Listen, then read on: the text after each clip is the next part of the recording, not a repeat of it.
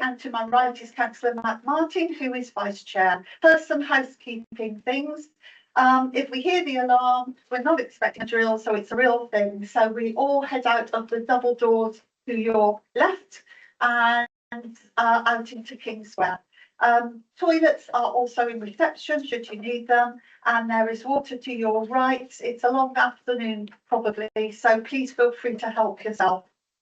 So this meeting is a hybrid meeting, and that means that committee members are present in Bridgewater House, but the meeting is also available on Teams. Please note that the meeting is being recorded. And can I remind all those in the room, please turn off your mobile phones or put them to silent. And can those joining us online, please turn off your cameras and microphones so that the meeting is not disturbed. I'll now introduce those taking part in the committee today. To my left are the officers from our legal and democratic team, and to my right are the planning officers who will present the applications. And on the wings of the table are the councillors who will debate and decide the applications. The format is as the published agenda, and a copy of the officer reports can be found on the council website. Each application will be taken in turn. Officers will outline each application, followed by public speaking time. Only members of the public who have registered to speak can make representation, and councillors around the table will then debate and decide on each application. During the debate, there will be a proposer and a seconder for a resolution. Members will vote on the proposal, and only members who have been present throughout the whole application will be able to vote. So the voting options are for, against, abstain and defer. Votes will be counted and the results announced. So that takes us into the main agenda for the meeting. And so we start with agenda item 1, which is apology for grievance. I think we have one apology, don't we? Yeah, thank you, Chair. We've received some Councillor Hand, Councillor Lance Budris substituting, but he isn't here. Okay, thank you. That's noted. Agenda item 2, minutes from the previous meeting. That's on our pages 11 to 16. Are they, can I ask councillors, are they agreed as a correct record? If we put up proposal, Councillor Martin, seconder, Councillor Grimes. Thank you. All in favour, please show. Thank you. And I will find those.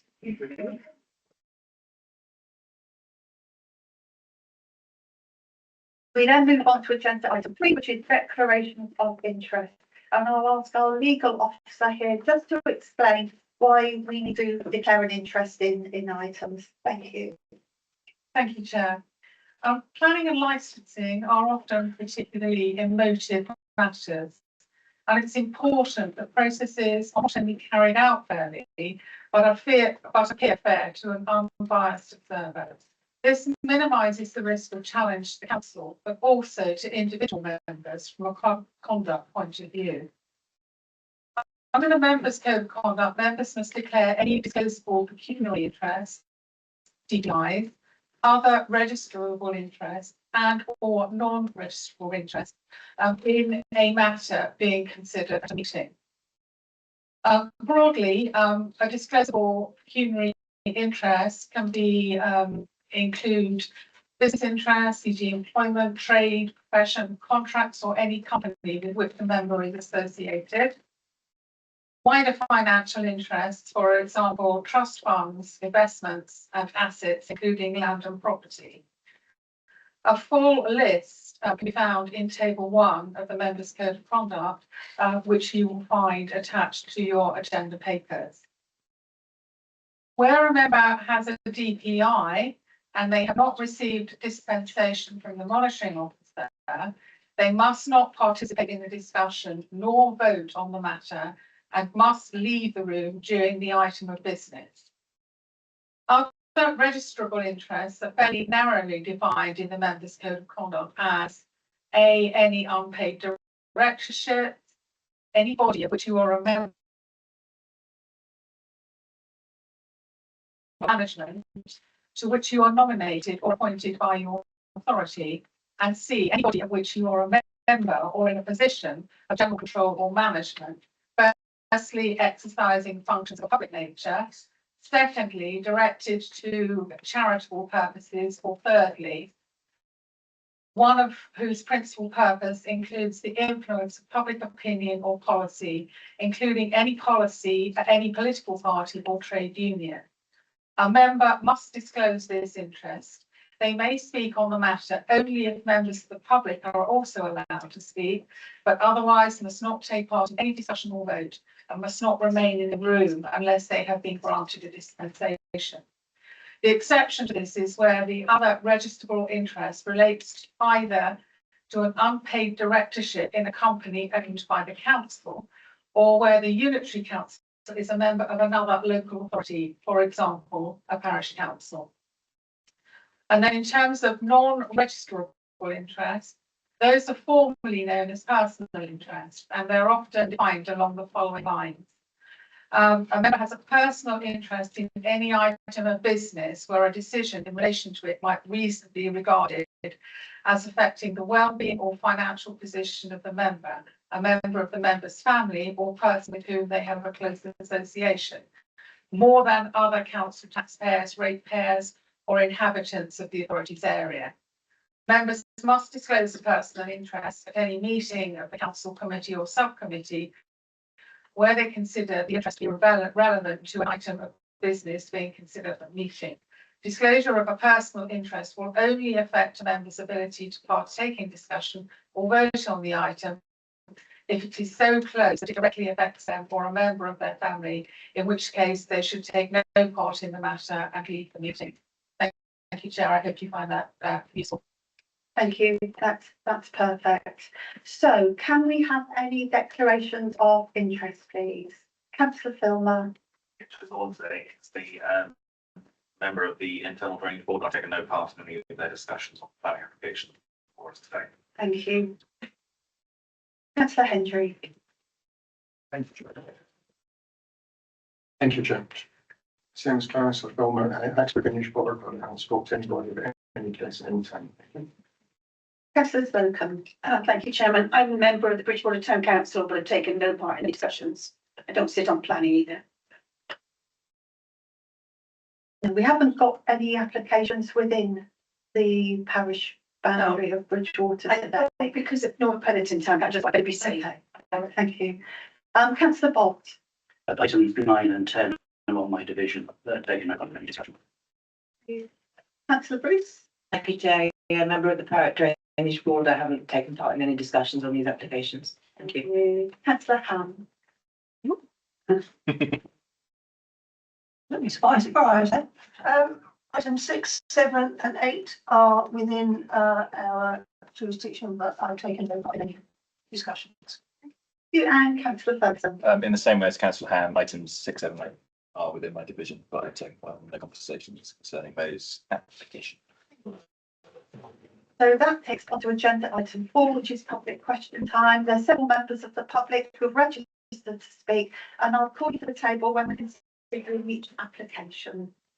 So that takes us into the first application for Contact House Library, Contact Parade, North Petherton, and that's on pages 17 to 28 of the agenda. And Chantal, you're taking us through this application, aren't you? Yes, thank you. Sorry, it's just trying to get the slides ready. Thank you. This is a full application for the change of use and conversion of a former library to a dwelling. This is located at Contact House, Contact Parade and 4th Street, North Petherton. Now, the application has been referred to the area committee at the request of the chair and or vice chair to enable the issues raised by the town council to be debated and elected member to be debated.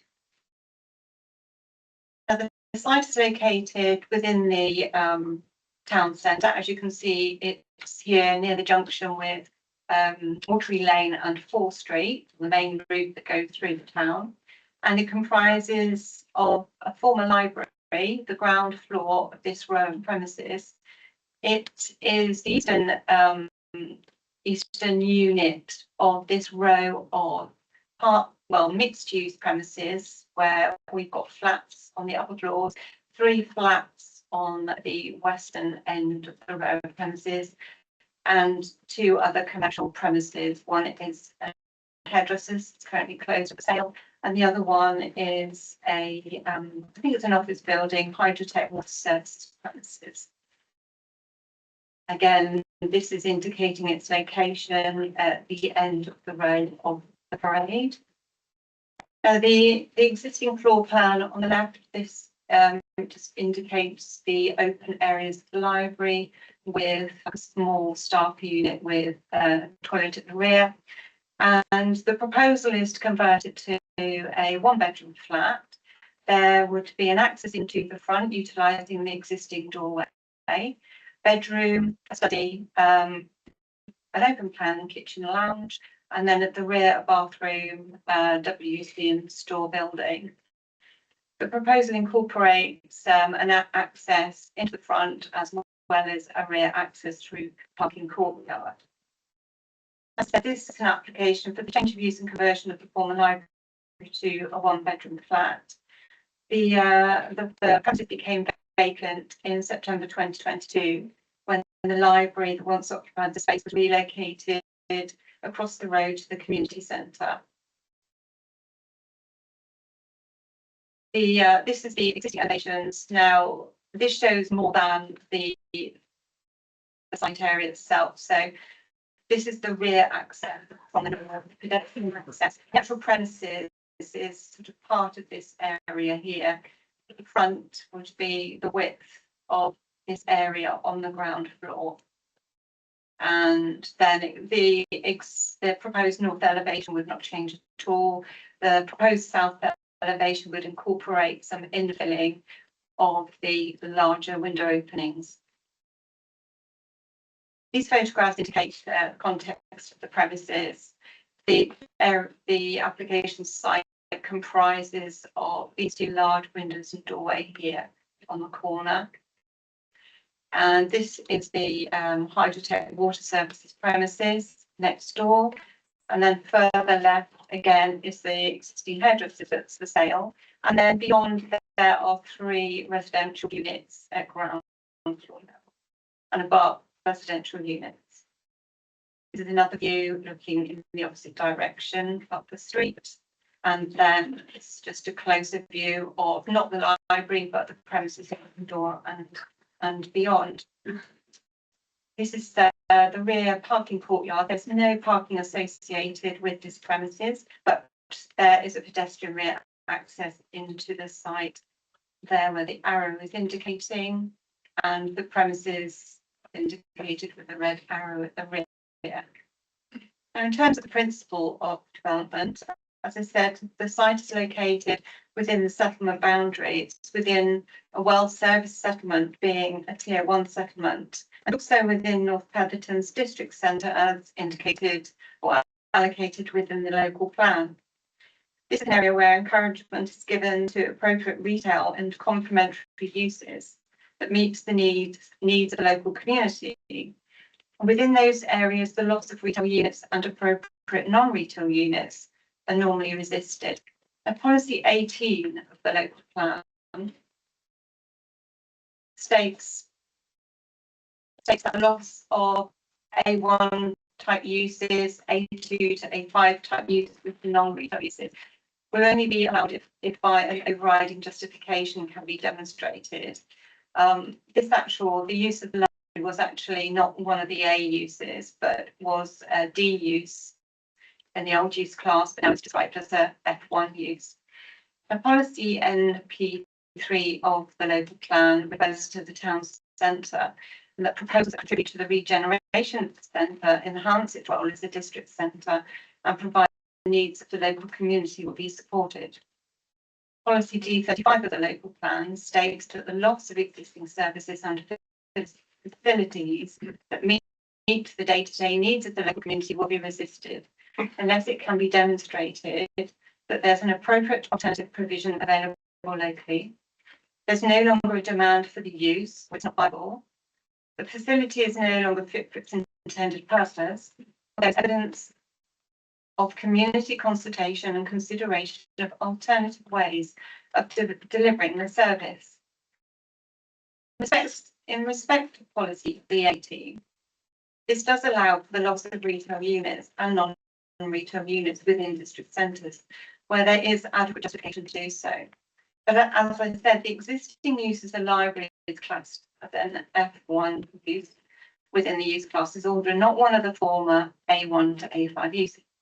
However, a library is a use that meets the day-to-day needs of the local community. And in terms of the loss of the library in respect to policy D35, there is an appropriate alternative provision available locally within the community centre nearby. Therefore, there is no longer a demand for that use.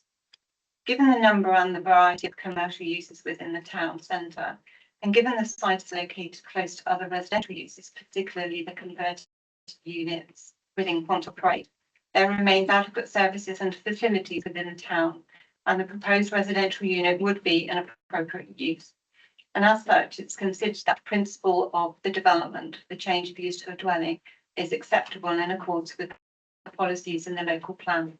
In terms of the character of the area, there would be very limited alterations externally, and they would include filling in the large openings on the front elevation with brickwork. It's not considered that the impact on the character of the area would have, sorry, it's not considered that the proposal would have any adverse impact on the character of the area. In terms of residential amenity, the accommodation to be provided would meet the national space standards, and the layout would have adequate light in the key living spaces. The proposals would not have an adverse impact on the existing neighbouring residential properties nor the future residents of the building. In terms of highway safety, presently there is no parking provision associated with the property. This proposal also provides no parking.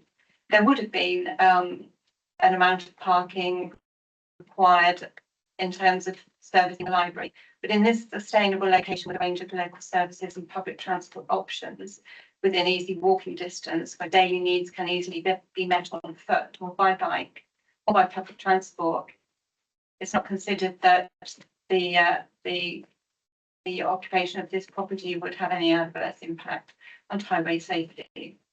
And therefore, as proposed accords with policies in the local plan, the recommendation is to grant consent with the listed conditions in the report. Thank you. Thank you, Shanta. We have two people registered to speak for this application. And so can I call first one, please? Councillor Bill Revens, up to the table.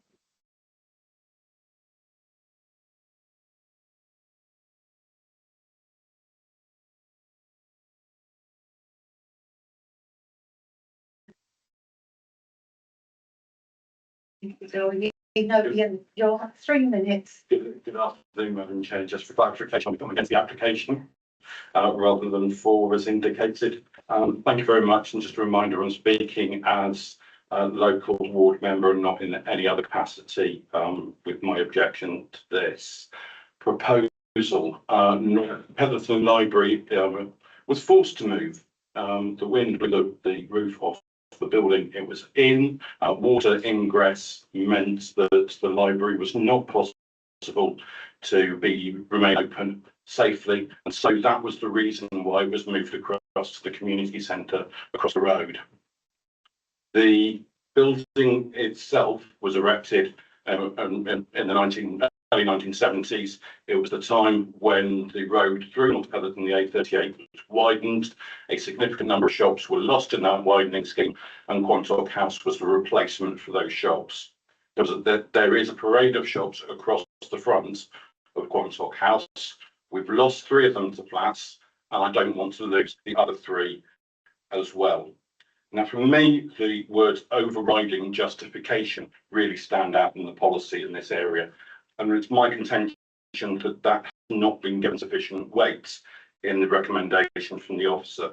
I urge you to look at the phrasing of policy NP3, where it says proposals that contribute to the regeneration at the centre of North Petherton, enhance its role as a district centre and provide for the needs of the local community will be supported. The reduction in retail space is against policy NP3.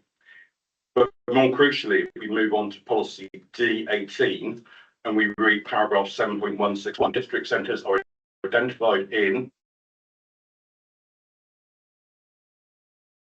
encouragement is given to appropriate retail and complementary uses that meet the needs of the local community.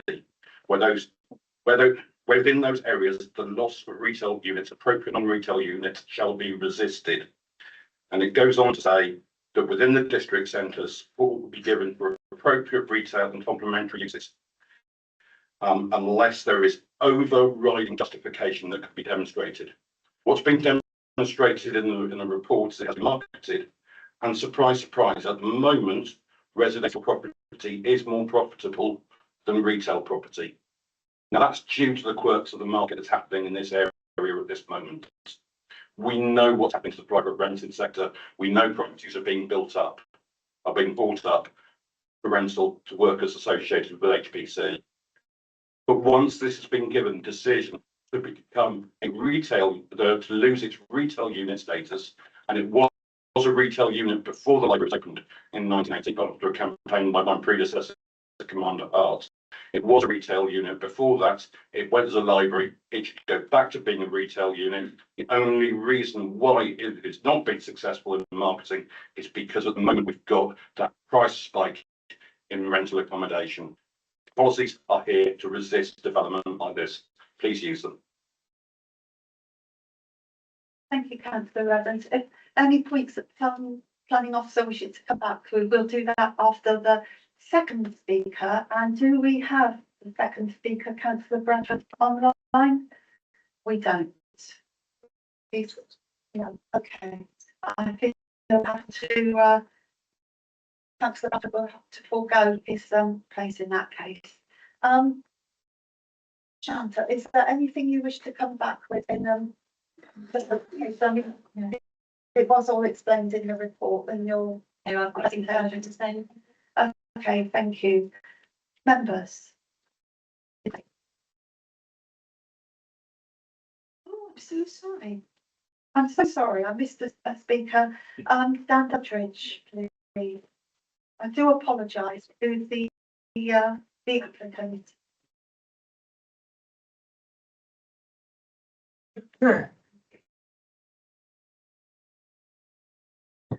Hi, my name's Dan. Local area all my life and worked here. The unit in question has been vacant and unsightly for a prolonged period following the relocation of the local library to the community centre in 2022, and the council's decision to dispose of the asset, formally putting it up for sale at the start of 2024. Evidence has been provided with the application by the selling agents, which demonstrates that interest in the take-up of the unit has been extremely limited and next to no genuine interest as a retail or commercial unit despite a reduction in price. I decided to take this unit on where others would not in order to bring it back into viable use. Whilst I appreciate that community or commercial uses are desirable ground floor uses, it just isn't realistic to assume that a post-COVID economy can support the same level of retail and commercial uses in village locations. Furthermore, the prevailing local planning policy does not explicitly prohibit residential development within district centres. It would be fair to say that the overall intention is to encourage regeneration and vibrancy of such centres. Bringing back the unit into use will serve to meet this objective and help to support the existing local retail units, which would no doubt appreciate the edge.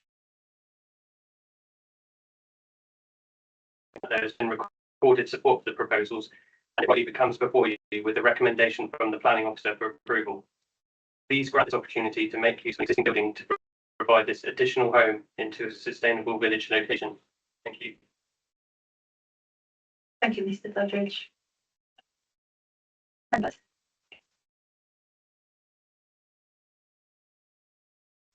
Councillor Slocum. Could you expand, please, on the MP3 about the retail units and about the policy?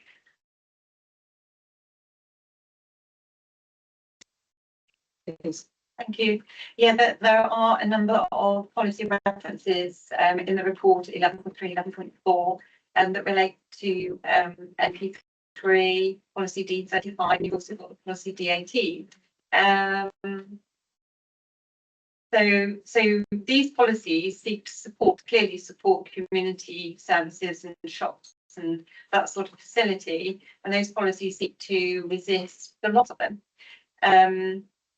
They don't conflict with each other, but policy D18 really refers to losing sort of retail uses, but a library isn't actually a retail use, it's more community use. And NP3 does state that proposals that contribute to the regeneration of the centre, enhance its role as a district centre and provide the needs of the local community will be supported. So that actually supports the proposal to keep it.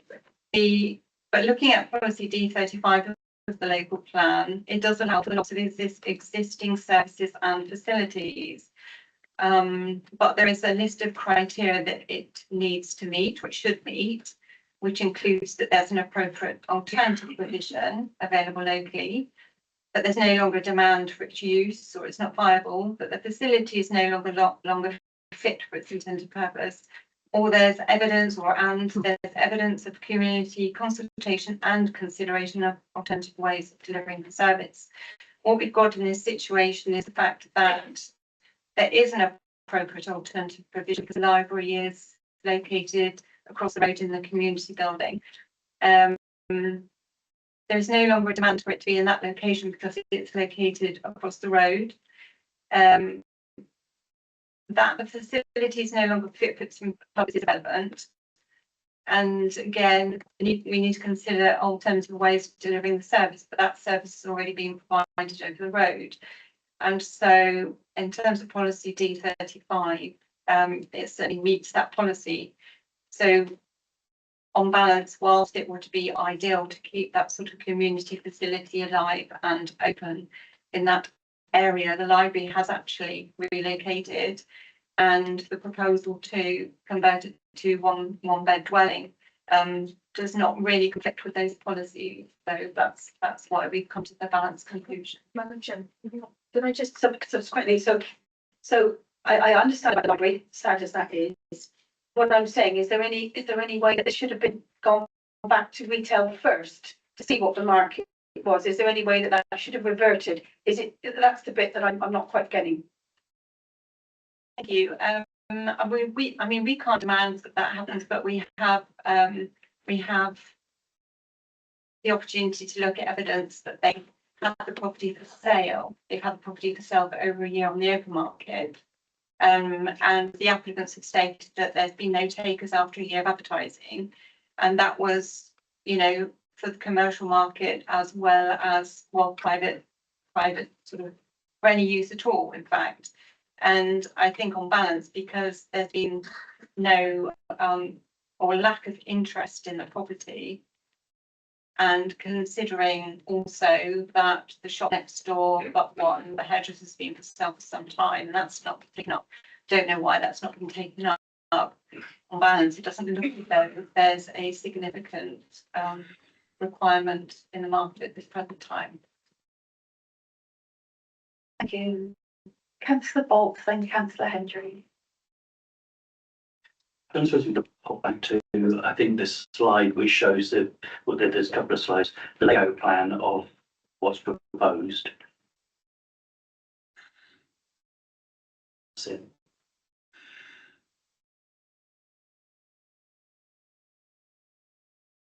Yeah, looking on the right, the floor plan, it is showing, it's at the rear entrance, just on the left hand side. Could we go to either 10 or 11, which shows the rear of the premises?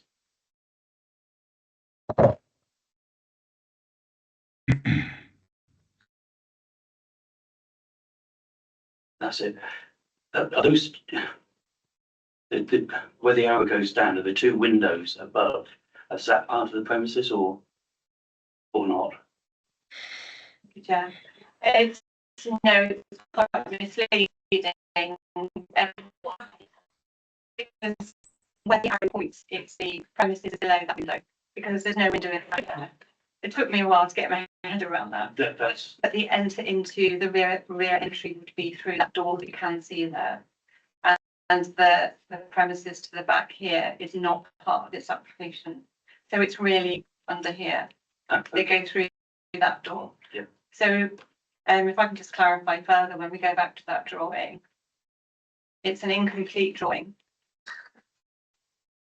Incomplete because it doesn't show the rest of the building here. And it doesn't show the entry door. That's where confusion came. Thank you. Councillor Hendry. Thank you, Chair. The commercial building is left vacant for 1 year or more. That is a red flag in itself. When you get two properties within the same building up floor, I guess, for both with the same problem, that really does raise red flags, because you have to say, what's the problem here? That wants to come up whether they for sale or rent, it makes not a sort of difference. But they're still vacant and they seem to remain vacant and nobody wants to look at it. The character of the area in no way gets affected if somebody to make this into a flat house. This flat isn't a one bedroom flat. So that in itself is going to impact to anybody of any person. Highways are okay with this, which always for me a really good thing. Highways come out and said no because of the traffic, etc. But it couldn't possibly be because of the library before. And if I see them left with that, that's obviously a problem with that. National space standard is met, which again is a good thing. So I haven't come across anything negative as yet. The footprint stays the same. I can't say anything negative about this at all whatsoever, because it's a building for a building in the same footprint. If somebody wanted to make it into 3 flats or something like that, you might see it differently, but it's not if it's 1. And at the end of the block of buildings, as far as I take from the case office, so there's 2 flats, 3 flats on the very end, so it's part residential anyway. So yeah, at this moment in time, before we go any further, I do not have a problem with this as it stands. But yes, there are a few conditions, but I'm okay with that as well. Thank you for the moment. Thank you. Councillor Filmer. I just wanted to cover one thing on Paris 1117. I think I might be missing not, hopefully. It says there is an adverse impact. I think the officer said there was, so it's just a not. Right. Okay. I didn't think that would be spotted. Good point. Yeah, I have to agree with much of what Councillor Henry said. I mean, I can understand a local design to have a retail unit in there, but it was a library unit. We've heard that that is all being changed for across the road, so there's no loss of facility there. It has sat empty. It's been marketed. The change of design looks sympathetic. I can't see there's going to impact character. We've been told it doesn't meet the space standards. And we know I know we have a very desperate need for this sort of accommodation across the district. So I can't see this one any reason I would go against the officer's recommendation. I can understand the desire, but in terms of what's required on that site, I think the officer's recommendation is correct. That's all. What I'm looking at here, I can't disagree with anything that's said. I'd like to move the officer's recommendation. Thank you. Councillor Hendry. Thank you, Chair. I'm more than happy to second that. I don't have this first one, so yes, I'll second it. Thank you. Thank you. So we have got over Councillor Bolt, seconded by Councillor Hendry, to grant permission as per the officer's recommendation. All those in favour, please show.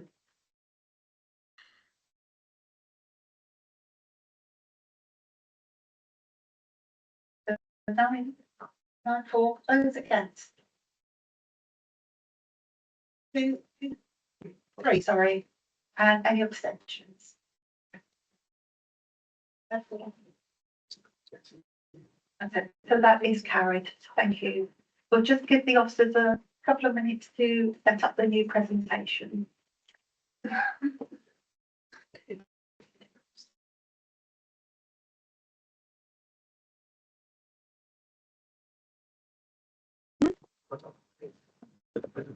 Yes.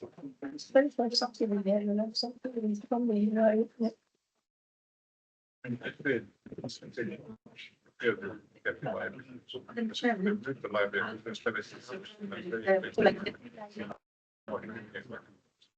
Well, I know somebody there as well. Some thoughts of it. received the message of that councillor Durbridge has been held up. He's going to try to hold it here, but he's offered his apologies.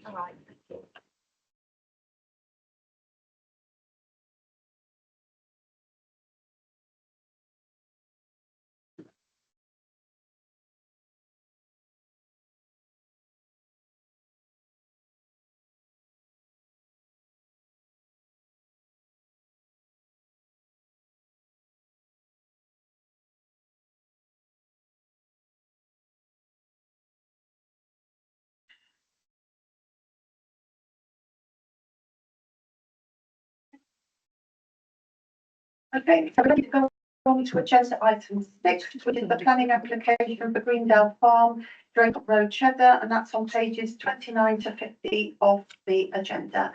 Thank you, Jordan. Afternoon, everybody. This is plan application 1725-21 for the erection of one self-built dwelling known as plot one at Greendale Farm, Draycott in Cheddar. This slide shows the relevant local and neighbourhood planning policy as well as supplementary plan documentation that is under consideration for this application. This slide shows the main considerations for the application. The reason why it's been brought here today is to enable an assessment to be made whether the layout and the form of development is in accordance with the relevant policies. This site here shows, highlighted by the red circle, is the aerial photo of the site. The next slide is the site location. On the left, you've got the aerial photo seen previously, and on the right is the site layout. The application in particular for this presentation is this plot here on the far right for this presentation. Here are the proposed elevations. As you can see, there's a mixture of render, cladding, and exposed brick. There are at the bottom here is the floor plans. There's an open plan kitchen and dining area with an office, a boot room, a semi-detached garage, as well as a downstairs toilet. Upstairs, there's a total of 5 bedrooms, with 2 which are served by ensuite, as well as a shower room. So this first slide shows the access. The slide shows the location of the proposed dwellings. So looking to the south as well as looking to the west. This slide here shows the access looking northwards and southwards. So the northward on the left and the southward on the right. And this slide shows looking east and west along Draycott Road. This slide shows the parish council objection to the proposals and the list of representations that were made by neighbouring occupiers.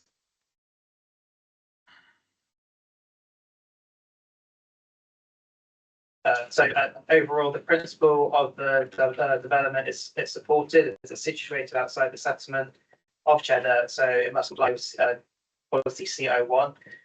Looking at the site, it's along Draycott Road, which is a number of different dwellings. So as such, it must comply with CO2, our infill policy, and the proposal has been submitted as a self-build. So it must also comply with policy D9. It's considered the development as infill due to the number of the surrounding dwellings and buildings, particularly with the implementation of the class Qs, which is to the west of the site, or east of the site. To the east of the site, applicants are on the self-build register and have had a hand in the design process of the application, meaning the dwelling also complies with the self-build proposals. Self-build properties are secured by condition within this planning organisation and exempt from civil payments. They need to be the sole occupiers for a minimum of 3 years for this to remain. It is also noted that the council cannot determine a 5-year housing land supply. Such it is considered that the development satisfies the criteria of utility balance. Comments from the parish council include the loss of agricultural land. This is overcome by the land's current use being pasture, the lack of transport links, but however there are 2 bus stops within walking distance of the proposed dwellings. And the development built towards Draycott, as mentioned, the proposed dwelling is an infill between the established development around the site along Draycott Road. Visually, it's considered that the visual impact from the proposal Both vote is supportable as it's in a similar style of neighbouring dwellings. The external materials will be a mixture of exposed brick cladding and render, as previously mentioned. Proposed dwelling will also not have a detrimental impact on amended natural landscapes. As such, it will comply with policy D2 of the local plan. Residentially, there's considered there'll be no impact on neighbouring properties due to the separation distance of around 30 metres to the proposed classic views that are currently being implemented, and the location of any windows. As such, it complies with the policy D25 of the local plan. Highways Authority raised no objection to the proposal following the submission of a visibility survey, and is considered there is sufficient parking on site for at least 4 cars.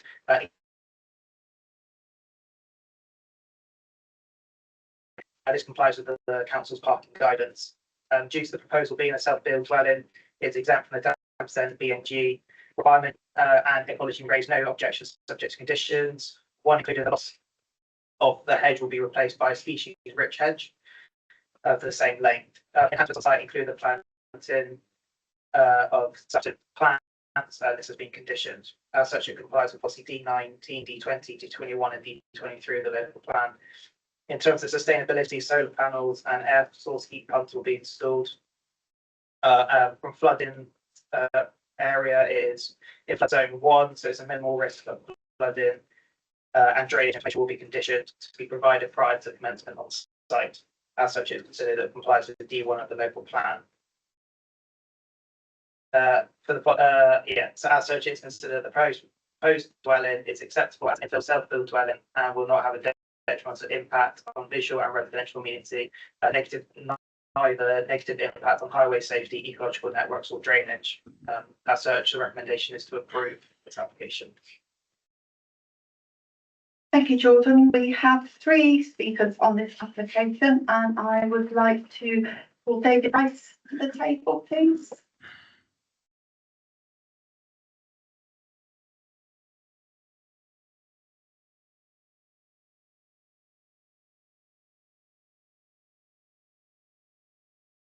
Ms. Rice, I understand you're speaking in support, Yes. and just let us know when you're ready to begin, and you'll have 3 minutes. Thank you. Good afternoon, members of the panel. Thank you. Sorry to interrupt. Would you like to just turn your microphone on? Just press the grey button. Sorry, yeah. Good afternoon, members of the panel. Thank you for the opportunity to speak today on behalf of the application for the 2 self-built homes on private farmland for my son, Charlie and Robert, and their young families. This application are intended for the sole purpose of being a family home, the place then and their wives to live and raise their children as they still were raised on the farm. Charlie and Robert have lived and worked on this land their entire life. They are the next generation of farmers who have been integrated to the daily running up and upkeep of the farm since childhood. This is not a business for them, it's a way of life. However, their livelihoods and well as their families depend on the continued success of the farm, none of which would be possible without the physically being here 24/7 on the full job. Charlie and his partner Chloe, along with their 4 children, and Robert and his wife, also named Chloe, with their 3 daughters, all still live with us on the farm there, and they need to be here and move with the farm would allow them little time with their family. Farming is now harder than ever, and at the least they need the support of their own family unit. There's 7 children between them. Our home has become a little stretched for space. The time has come where we have to think about the sustainability of our current living arrangements. If nothing else, for their privacy, mental health, and they should have their own space and place to call home. All the children go to local schools and are involved in their community, attending local activities and clubs. Charlie's oldest son attends Brymore, preparing for the next generation of farming. Robert's daughter Winnie was born on the farm, much to everyone's surprise. Charlie had a contracting business based on the farm, providing only service to the surrounding land owners, such employees for local people. Robert's wife Chloe is a matron at the local hospital and also have a healthcare business Clovey Healthcare providing support and for elderly residents of Cheddar, Paxbridge and surrounding villages against provided local employment opportunities also require round the clock retention. So Charlie and are rearing young animals require extra care and attention as they establish their own herds of animals while attending to be a long-standing farm establishment. As the parents are now approaching retirement, and it's essential that Charlie and are able to take on the full responsibility of the farm, not only opportunity, but with the livelihood of lives they here and actually raising their own family too. Are you nearly? Another minute. No. I think you've explained. Thank you. Thank you. Can I just now ask Councillor Paul Finneran? Not Richard. I wasn't coming to speak on this. Oh, okay. Sorry. Okay, that's fine. 172541. Rightio, thank you. So that leaves Laura Polly, our planning agent. Please.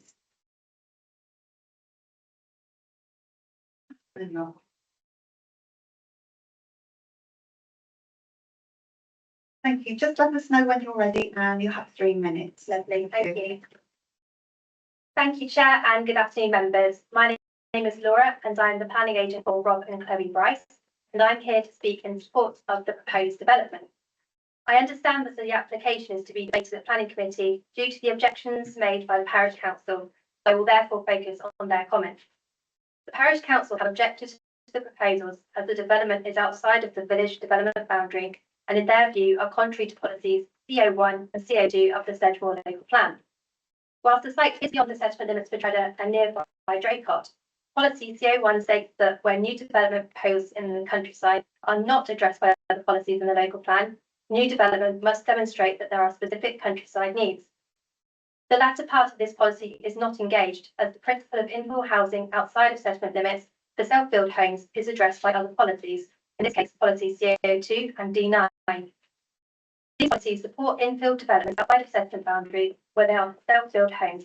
In this case, the development will infill the gap between a bungalow to the west and the recently converted barns to the east, which are now on the market.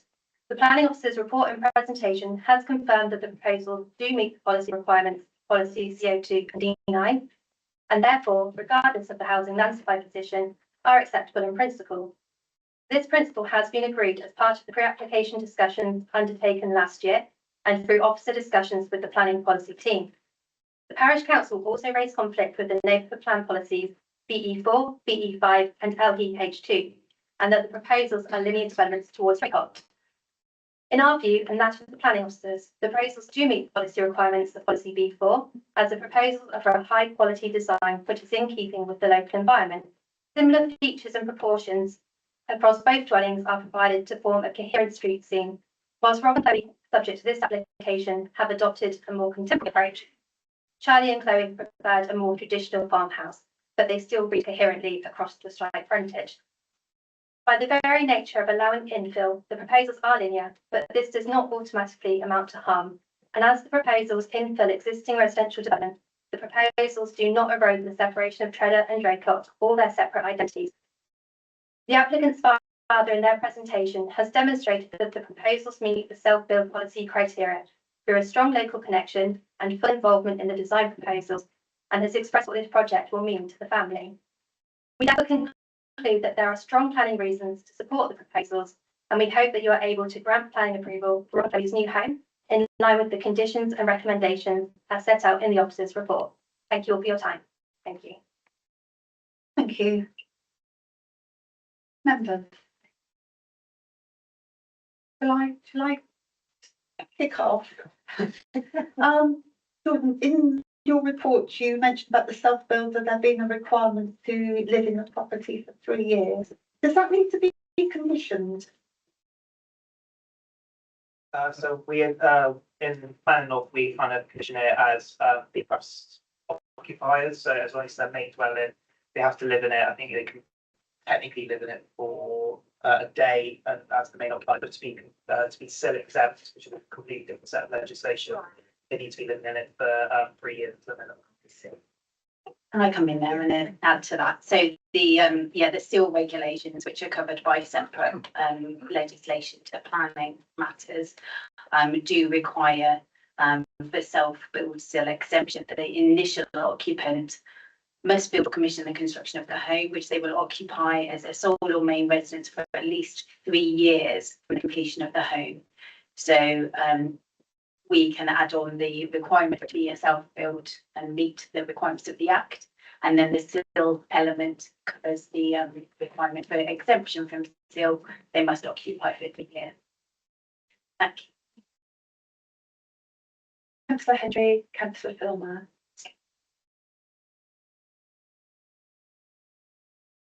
Thank you, Chair. 3 points which are really important here over and above anything else that there is not negative. Self-built local connection. That's a very big one. It's made no problem with that whatsoever. Statutory consultees are all on board with this. I haven't seen or read or anything against that at all. Everybody's okay with it. And the infill comes into play here, and it is very much an infill. So take on board all these 3 things, and I don't have a problem. We've had things like this before, and with this one, absolutely no problem whatsoever, as I say here now. Thank you, Councillor Filmer. I think it meets all the policy that we have in front of us. It's great to see a farming family continuing it. I'm not surprised they're struggling for space with the number of family members they've got at the moment. I think it makes a lot of sense. What they're proposing is great, staying in their community and continuing to farm. So they're happy to move the recommendation to grant.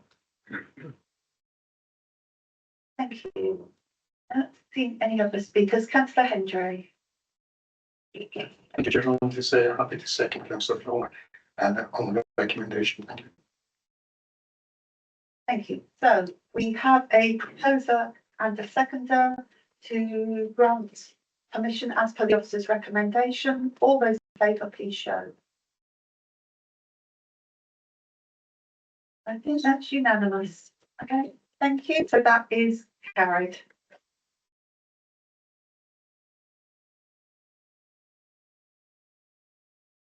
You just set up the next presentation.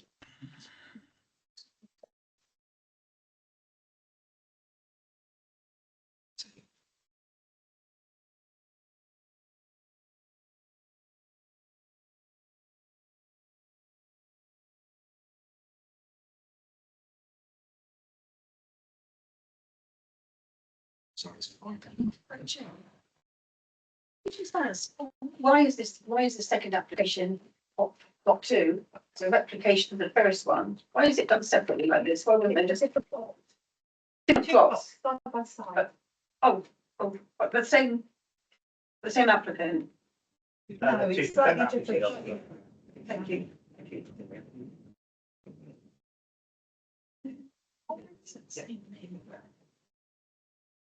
So this application is 172522 Greendale Farm, Draycott in Cheddar for the erection of one self-built dwelling known as Plot 2.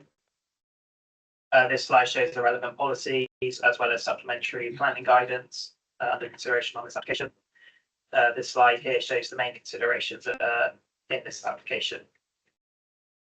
This application has been brought to the planning committee for the same reasons as 1725-21. This slide shows the aerial photo, again highlighted by a red circle. This slide here shows the aerial photo on the left, and this time it is the neighbouring dwelling here that is under consideration under this application. This slide here.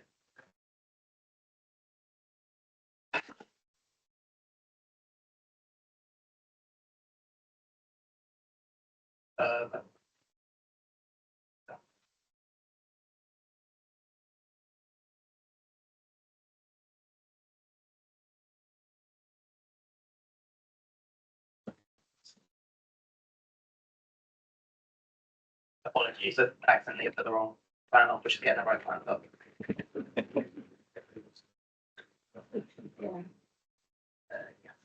deja vu all over.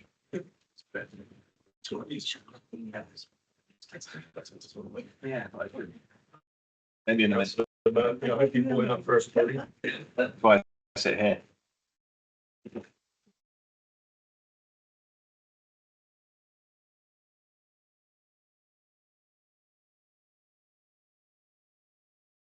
Just put the same as that on each one.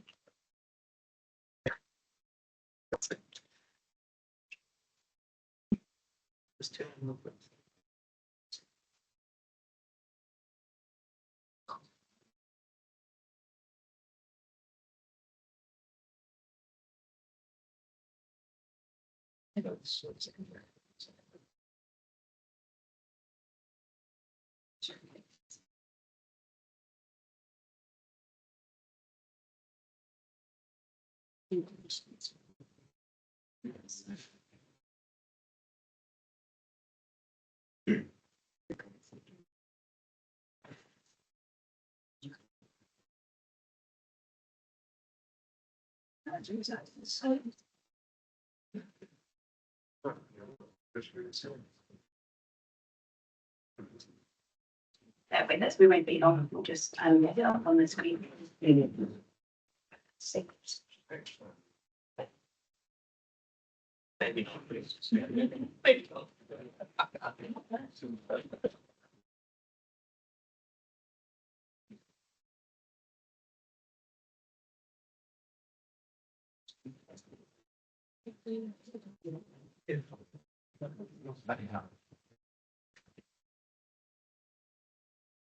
Wait, stood there for a minute.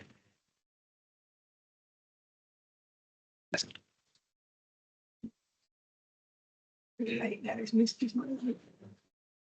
Wait, we see the video.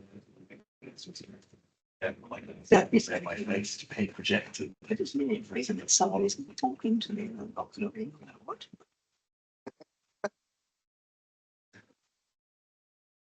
Sorry about that, everybody. This is definitely a advantage slide. As you can see, this is the proposed elevation drawings in comparison to 1725-21.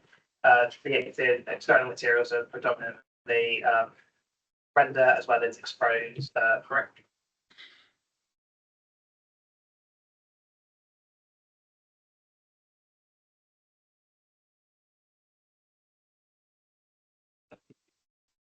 Uh, 1725-22.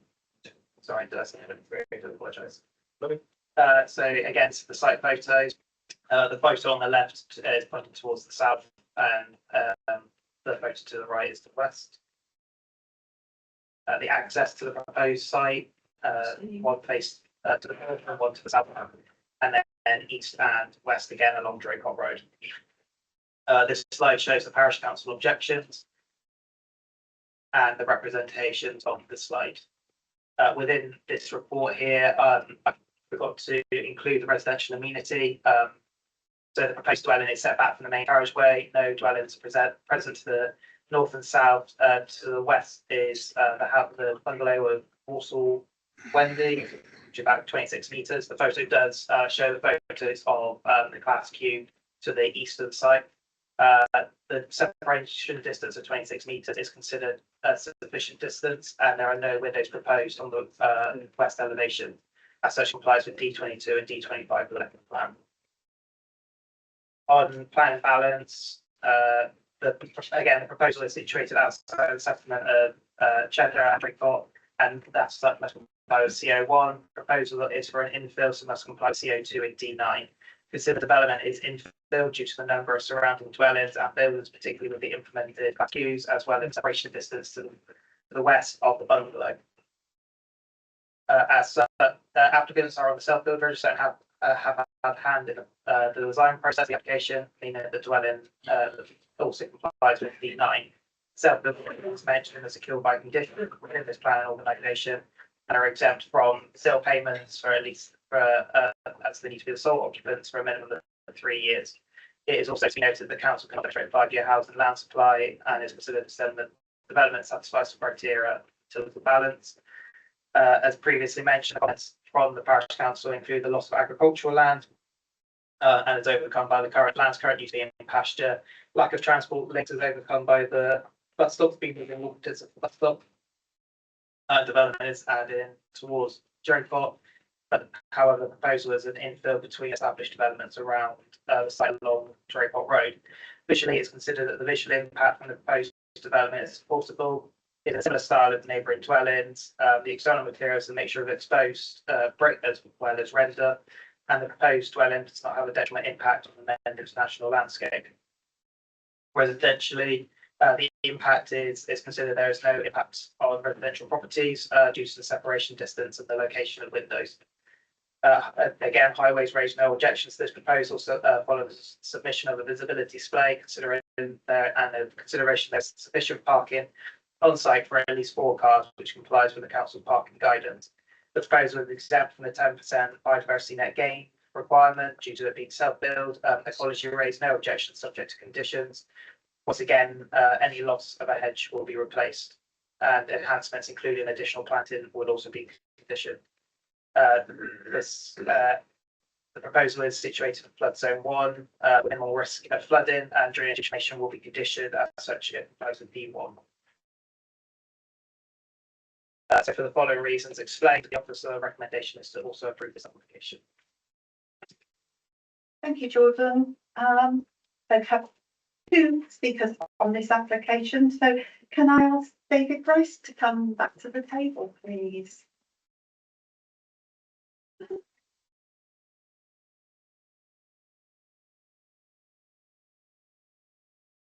Bryce there. Okay, can you? Yeah. Are you okay to forego? Okay, thank you.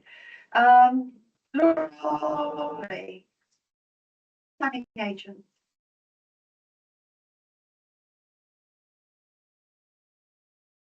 Three minutes is all. Thank you, Chair, members. So I won't keep you long. Just wanted to thank members for their resolution to grant planning approval for the previous plot. And just to avoid repetition, just to say that the same policy arguments in favour of this plot also apply. Just for clarity as well, so it's the 2 self-build plots, 1 for each of David, who spoke earlier, sons, their respective partners and their grandchildren. We did the applications as 2 separate applications in order to keep things cleaner with regards to the self-build exemption, where the applicant then has to be the developer. So it's just to keep it cleaner, but unfortunately it has meant that you've had to sit through this twice. So thank you. Thank you, members. Councillor Ferguson. Just to come straight out of the gate, I suppose to move to pass the application, the officer explains why Cheddar Parish Council's objections can be overridden. There's a local link and to plagiarism from Councillor Henry. All statutory consultees have not objected. Thank you. Councillor Filmer, then Councillor Martin, then Councillor Stoker. Councillor. Councillor Martin. Thank you, Chair. I have a question about boundaries. We have had one comment coming from a member of the public regarding the boundaries around this property and going on to the next property with the Wessel Wendy name. Can you go back to the slide that shows the boundaries again, please, with the red line, and just confirm that everything we have specified is correct? Yeah, that the plot 2 diagram. Yeah. It shows there the boundary. Let me read this. I'm allowed to read this. This is a public document, isn't it? Yeah.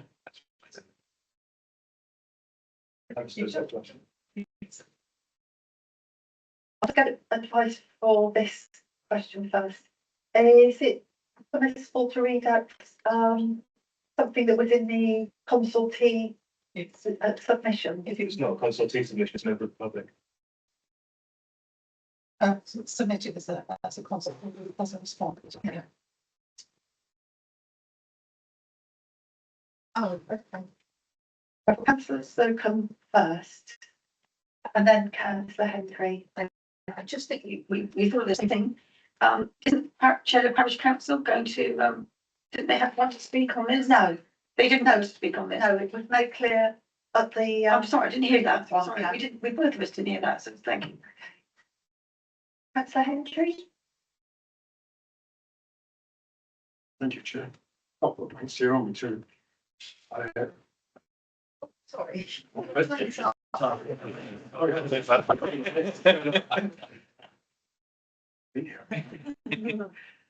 There's technically and probably legally, there's nowhere to go with this. You cannot turn this down. Given plot one and this is plot two, there's just nowhere to go with this. This very well technically and legally has to be granted. But that's my opinion, the way I see it. Thank you. Did you want to come back? Yeah, it's just a clarification. Thank you, and thank you both. That's good. And I quote from the message. The boundary has a ditch and banked hedge arrangement with the ditch on the southeast side, which indicates that the ditch and hedgerow belong to the Wasser-Wendy property.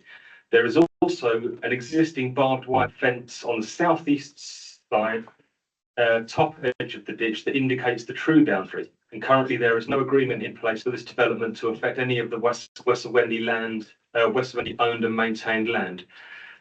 I would like some clarification and guarantee that the Wasser-Wendy properties will not be encroached upon.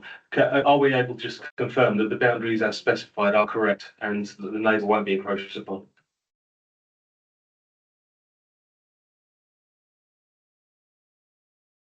Yes, this application is for the red line as per submitted as, well, we're not showing on the screen, but we just share that back on the screen again for you. There was only notice served on the respective plot one, plot two owners. So we are granting here, if the resolution is to approve, we would be granting planning permission for the development on the red line as shown, as submitted and signed as part of the planning application, as land within their ownership. If there was a civil dispute between landowners as to where the boundary falls, that would be a civil matter to take up with their own legal representation. Fine, Thank you. See anyone else to speak? So we have a proposer and a seconder to grant permission as per the officer's recommendation. All those in favour, please show. Again, that is unanimous. Thank you. We'll just wait a couple of moments for the new presentation to be prepared.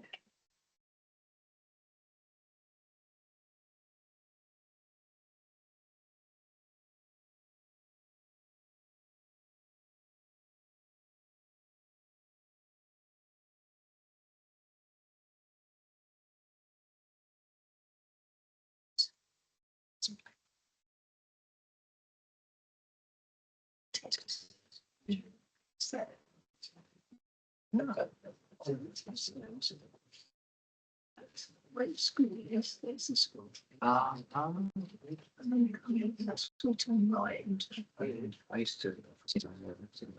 Used to not speak about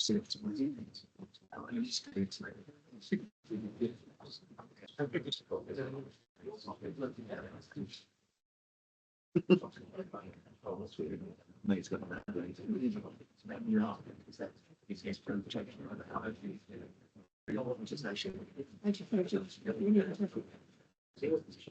So that we got to.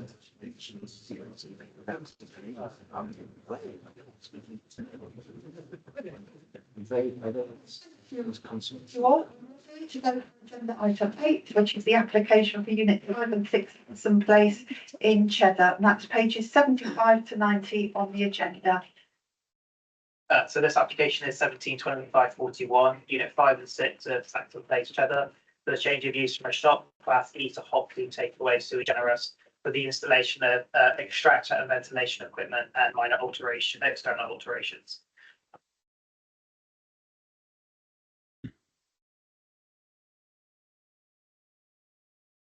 This slide here shows the relevant policies for the application, both local and Cheddar neighbourhood plan. The reason this application has been brought is due to the proximity to secondary schools, and so the concerns whether the proposal would comply with paragraph 97 of the National Planning Policy Framework. As I say, this slide here is for the main considerations on the application.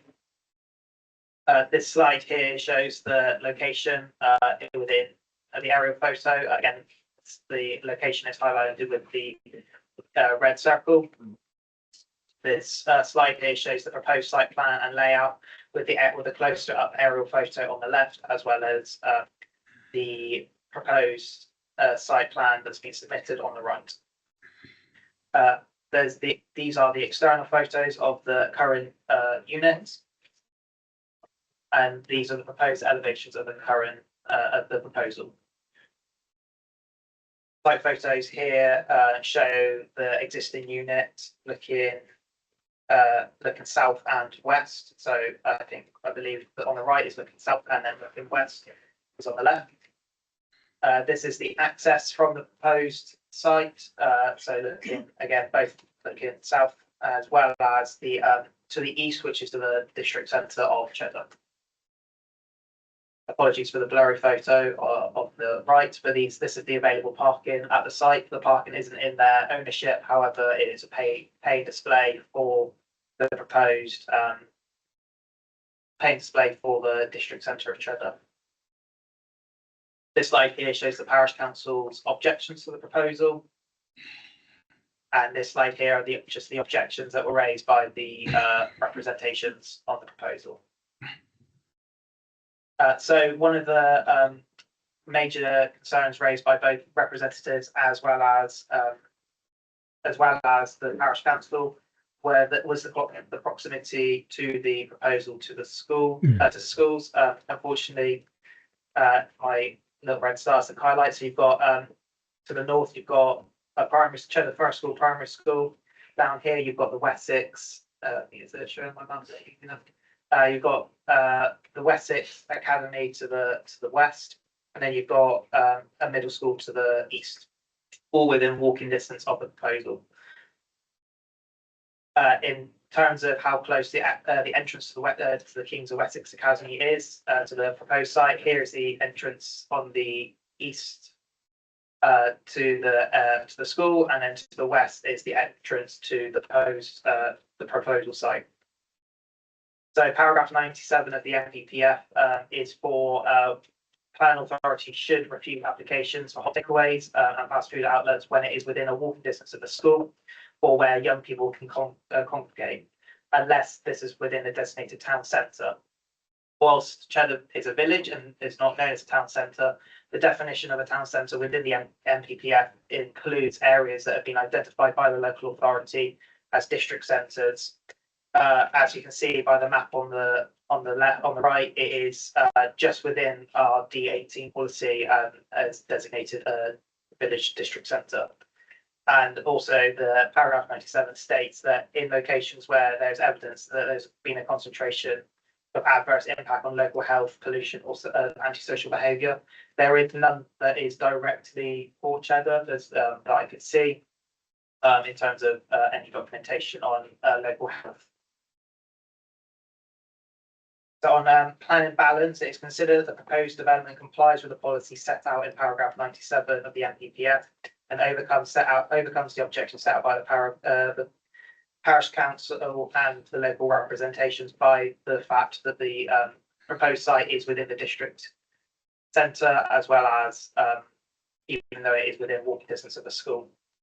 The visual amenity of the proposal is set back from the main retail frontage and to the edge of the district centre. External materials will be proposed to be grey and sympathetic to the surrounding retail area.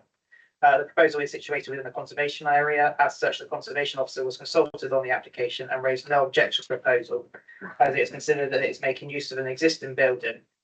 As such, will have a neutral impact on the conservation area. As the site is within a conservation area, it will need to provide some sort of public benefit. It is considered the employment of local people is a sufficient public benefit for the proposal. In terms of residential amenity, regarding the impact on noise, odour and increased rubbish, it's considered that the separation distance to neighbouring properties provides some mitigation as well as conditions to control odour and noise by environmental health is considered to result in minimal harm in surrounding occupiers.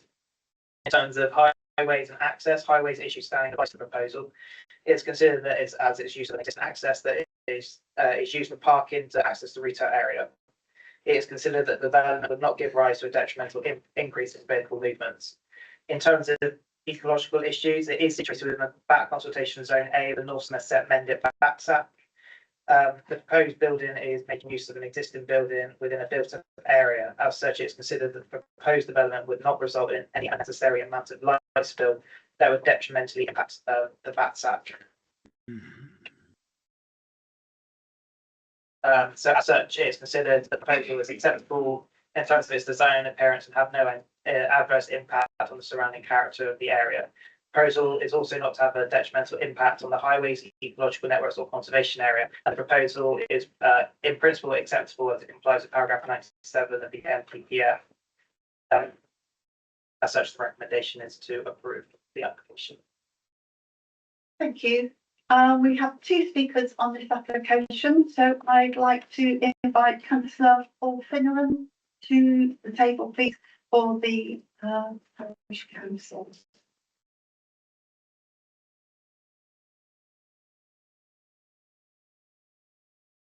And just let us know when you're ready to go, and you'll have 3 minutes. Thank you.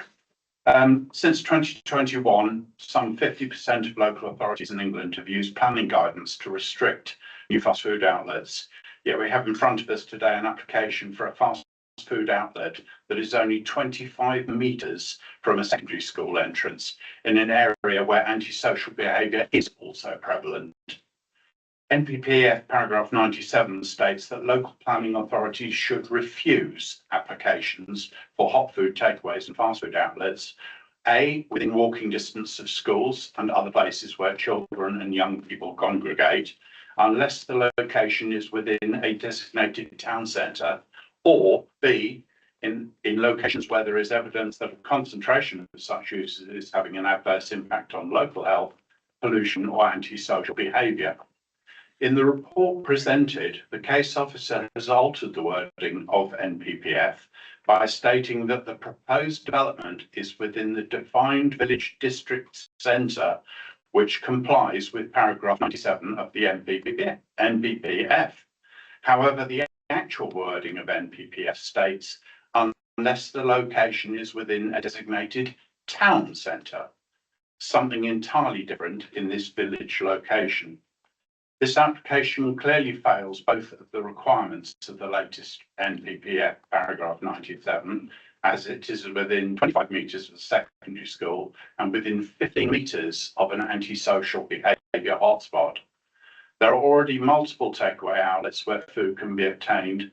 Village Cafe with fresh pizzas available to take away, the Spice Cottage some 200 metres away, and only 300 metres east of this site is Pizza Magic, located on the business park, which specialises in takeaway pizzas. There is no overarching need for another outlet. Additionally, issues with rubbish from the proposed application, takeaway boxes are likely to be discarded in the area, causing unnecessary expense to the authority with clearing them on a daily basis. This area is a key tourist location, and refuse is likely to lead to rodent infestation and health issues. This will be detrimental to the area and its status as a key tourist hotspot. The other thing is the planning application also talks about the number of available parking spaces for these members of staff that are going to be working at this location. These parking spaces are pay and display and are very often occupied. So, you know, this is really not a suitable application. I would request that you refuse it. Many thanks. Thank you. Can I now call Chloe Smith, planning agent, to the table, please?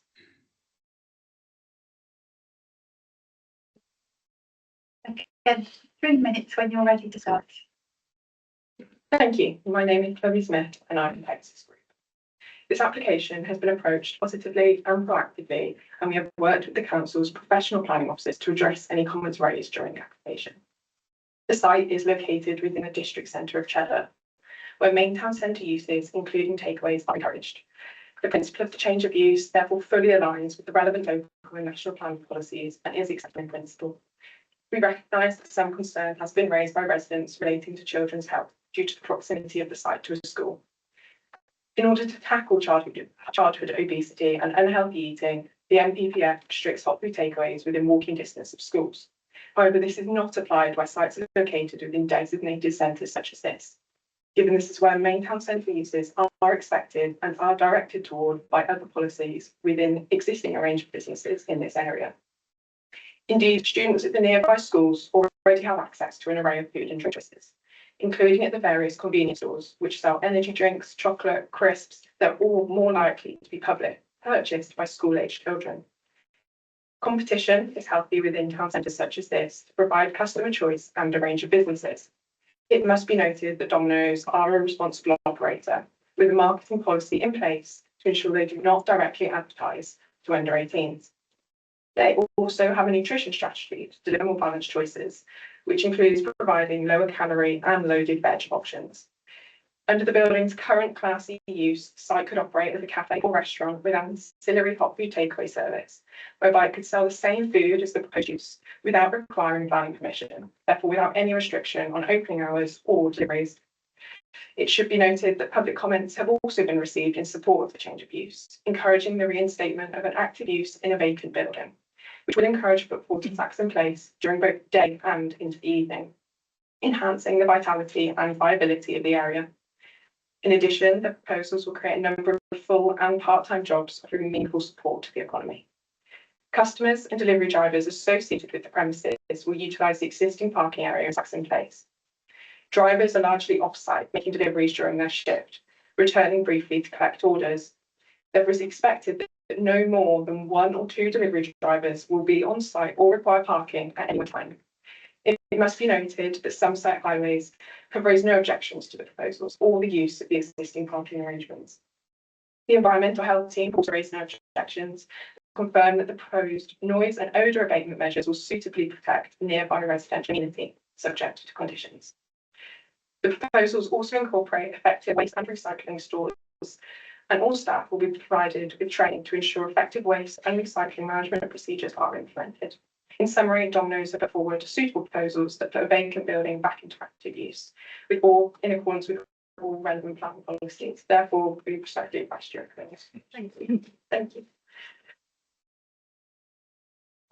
Would you like to respond and give some more definition about the issue raised with the NPPF Arrow 97 and town centre location? So as shown on slide 12, the definition of a town centre in the NPPF is an area defined on the local authority policy maps, including a primary shopping area and areas predominantly occupied by the main town centre uses within or adjacent to the primary shopping area. References to town centres or centres applied to city centres, town centres, district centres and local centres. They exclude small parades of shop purely neighbourhood significance, unless they are identified as centres in the development plan. Existing out of centre developments comprising of including main town centres uses do not constitute town centres.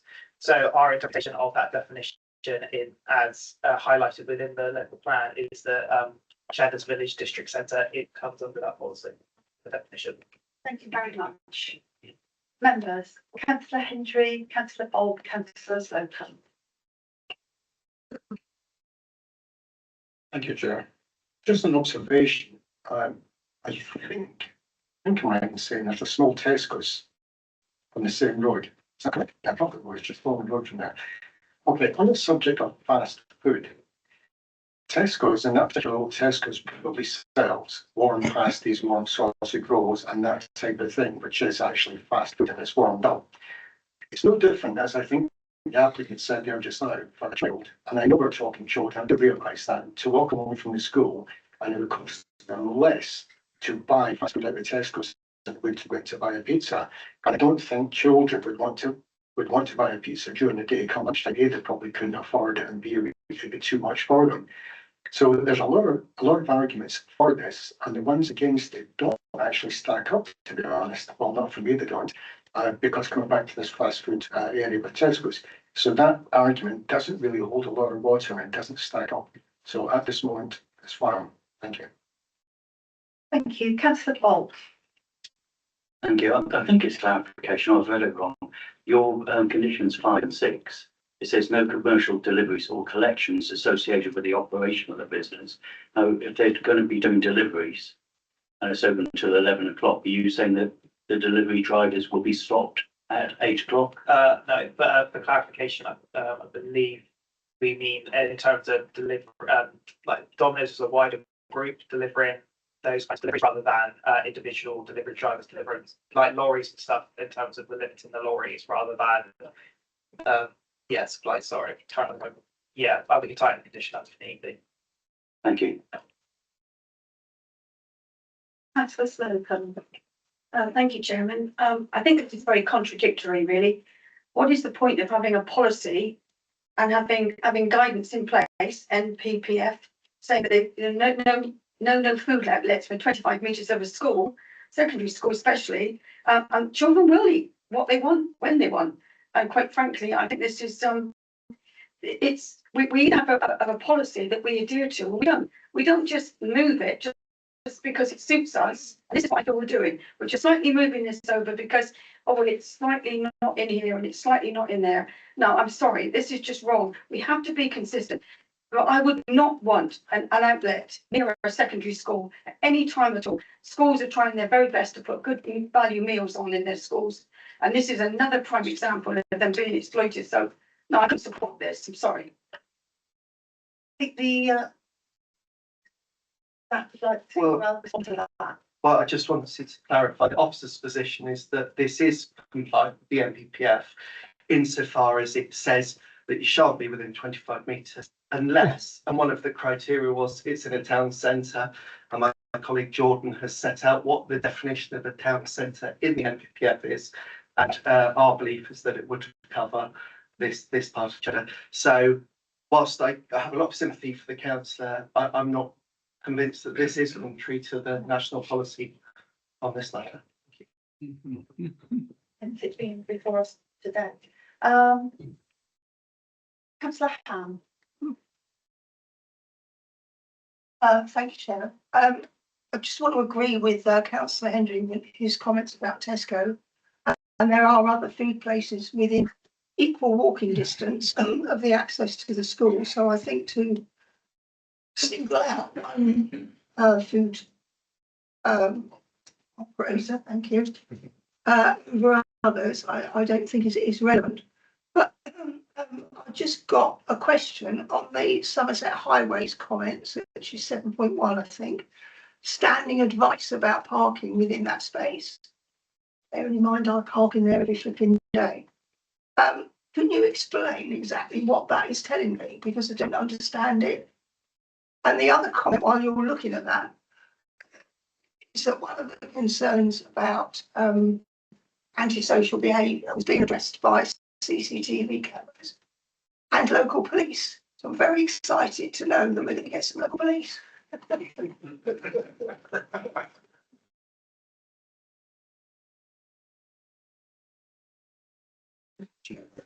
So standing advice is just as a general highways guidance, and it's highlighted in paragraph 12.14 that we apply to applications. In particular for this one, it more than likely would be for the entrance in particular, that it's an existing entrance, as the parking is not currently in the ownership of the applicants. So would it involve an alteration to the entrance? No alterations are proposed. So it's going to stay the same, yeah. System.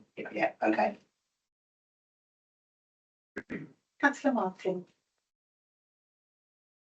Thank you. This is a tricky question. I think all agree. We're in danger of going down the rabbit hole of talking about nutrition and education, for which we are supremely unqualified to answer about it outside the realms of the NPPF, of course. But it occurs to me that part of the question we have is the sticking point of town/village centre, and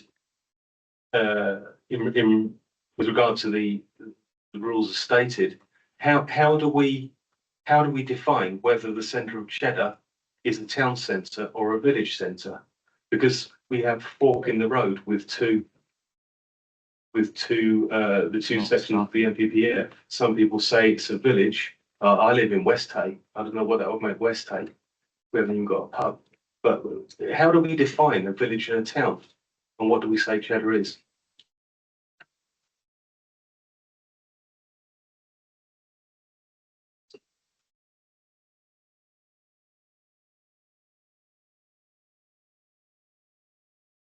So in relation to how we define it, Cheddar is a village, but it's within the local plan being identified as a district centre. So under the definition within the MPPF, district centre does mean town centre. So that just nullifies the rest of the argument, does? Okay. Yeah. Fine, thank you. So we've got councillor Filmer, Bruce, Entry and Ham. So councillor Filmer. I think just a comment on the village intent, I think that's more to do with local government designation in terms of whether you have a mayor or whether you have a chair of parish council. I didn't know that. The rest of it is in the local plan, so. But the other thing I was going to ask is a question to do with condition 6, opening hours. Monday to Saturday, 11 to 11, Sunday to and bank holidays, 11 to 11. Is that correct, or is that a miss? They're exactly the same opening hours, irrespective of whatever day of the week it is, whether it's bank holiday, in which case, why not just say it's 11 to 11? Well, I must have, I wondered. So yeah, so that would be me needing to tidy up that condition, so I do apologise. Yeah, initially there were proposed different hours, but within their planning statement, they did specify 11 to 11, and then further conversation with the agent, which just that 11 to 11. I do apologise. The word, just the avoidance of doubt, the wording would say that the business should not be open outside of the hours of 11 AM to 11 PM. Any day. Thank you. Councillor Bruce. Thank you, Chair. Yeah, I accept the arguments that we can't refuse it on the basis of it being within distance of the school. But I have to say I'm also not in agreement with having such a fast food outlet so close to a school. So I'm quite sad that we can't reject it on that basis. But the other thing I'd like clarity on is in the list of consultees. So the speaker that spoke earlier in objection of the application said that this is a hotspot for ASB. I can't see in the consultees the police has been consulted, and I just wondered if we've got any information about whether that is actually a hotspot. Are there a number of reports for ASB, and is it because one of the reasons for rejecting this application would be if there's evidence the concentration of such uses is having an adverse impact on antisocial behaviour? So it would be interesting to hear from the police, or have we heard from the police as to whether that is the case in this area? Thank you. So no, the police weren't consulted on this application. And as such, we can't comment on that. Right. Chair, do you mind if I come back then? I'm really struggling then that we don't have enough information here to be able to decide, because that's quite an important point, I would say.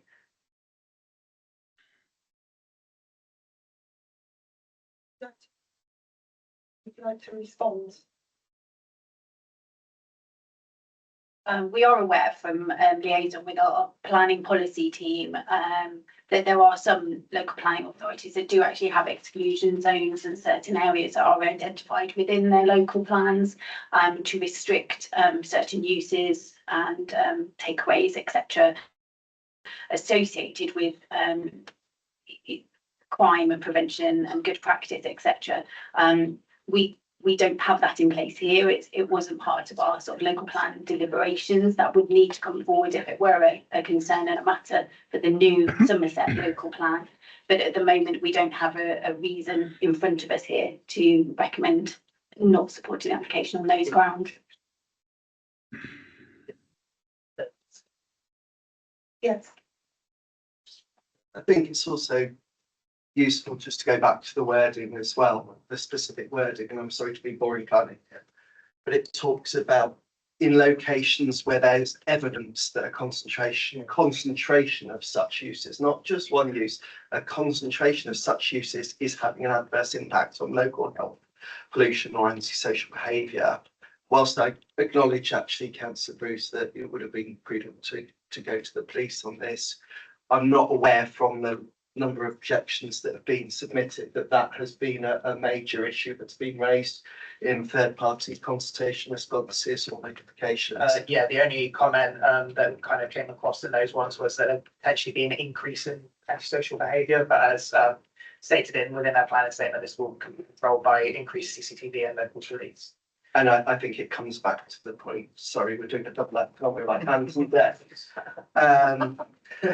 But it's about evidence of a concentration of use having an adverse impact on local health, pollution and social behaviour, not just a perception. It's actual evidence, and I don't believe we have that, but I do fundamentally take on board Councillor Reese's points on that, and then that's a point for future reference, I think, for us in similar applications. Thank you. Councillor Hendry, then Councillor Helm, then Councillor Filmer.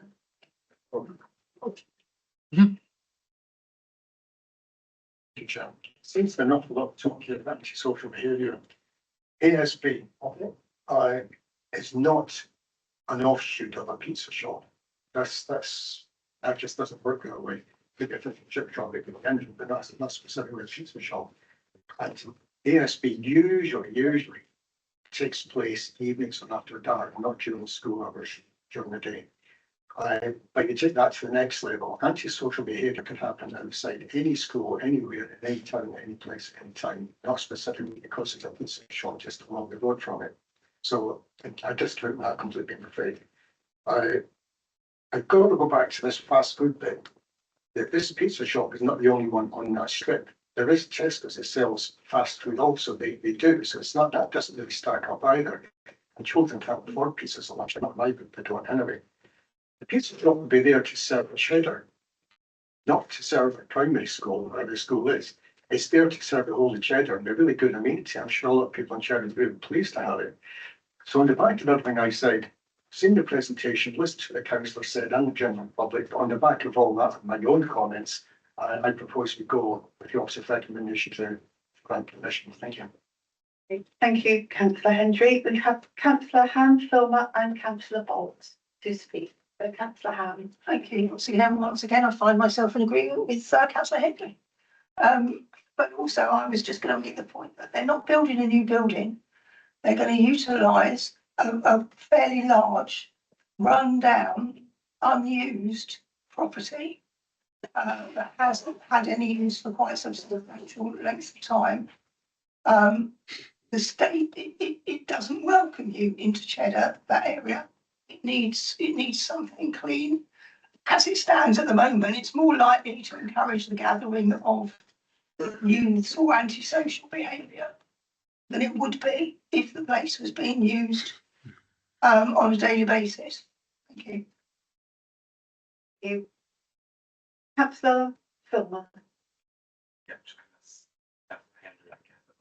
the updated wording of the conditions as required. So that was an update to condition 5 and 7. 6. Oh, 6, 5 and 6. Are you happy that they are finalised in consultation with Chair and Vice Chair? Thank you. Councillor Bolt. It's really for the officers. If we've got the MPP Act saying that under 97, was it 97 or whatever, regarding the potential for ASBOs or antisocial behaviour, as we had with previous application, which until we actually had a police report got deferred, which really was a blessing in disguise on that one because it got withdrawn. But it could have delayed anything going on here by not going along that line. Because as soon as it says it in the MPP Act, surely we should be considering it. Yeah. Is there any further comment that you wish to come back on? I think that's a fact. Well, if there are no further comments, we have a proposer and a seconder to grant permission as per the author's recommendation. All those in favour, please show.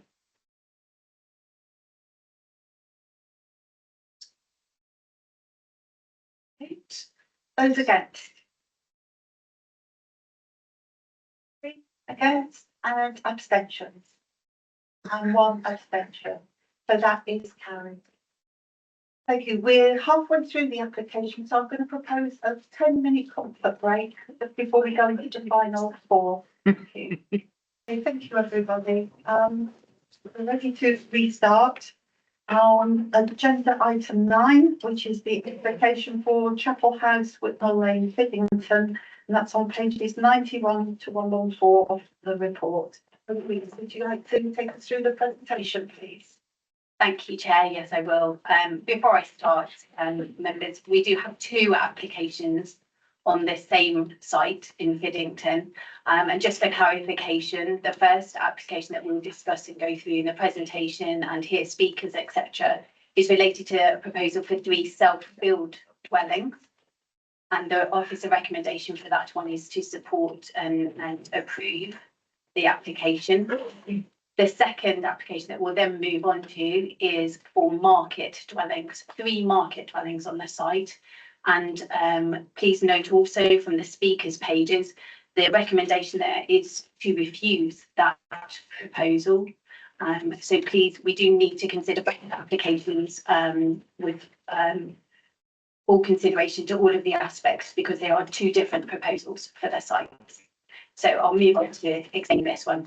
This first one is the outline application with some matters reserved for the erection of 3 self-built dwellings and garaging with associated parking curtilages and formation of a new access of Whitnell Lane. The main considerations of this case are the principle of development, design layout, residential amenity, access and highways impacts, sustainability, ecology and biodiversity, drainage and flood risks, and then other considerations. This application is presented to the committee as the applicant has a prior connection to Sedgemoor District Council, formerly as was, and referring to committee will allow transparency on the determination of both applications. This is the site location indicated there by the red shapes. So you can see on the left-hand side there, we have Whitnell and just Cannington over on the right-hand side, and then a further zoomed in aerial photograph of the site. This is a proposed site plan itself.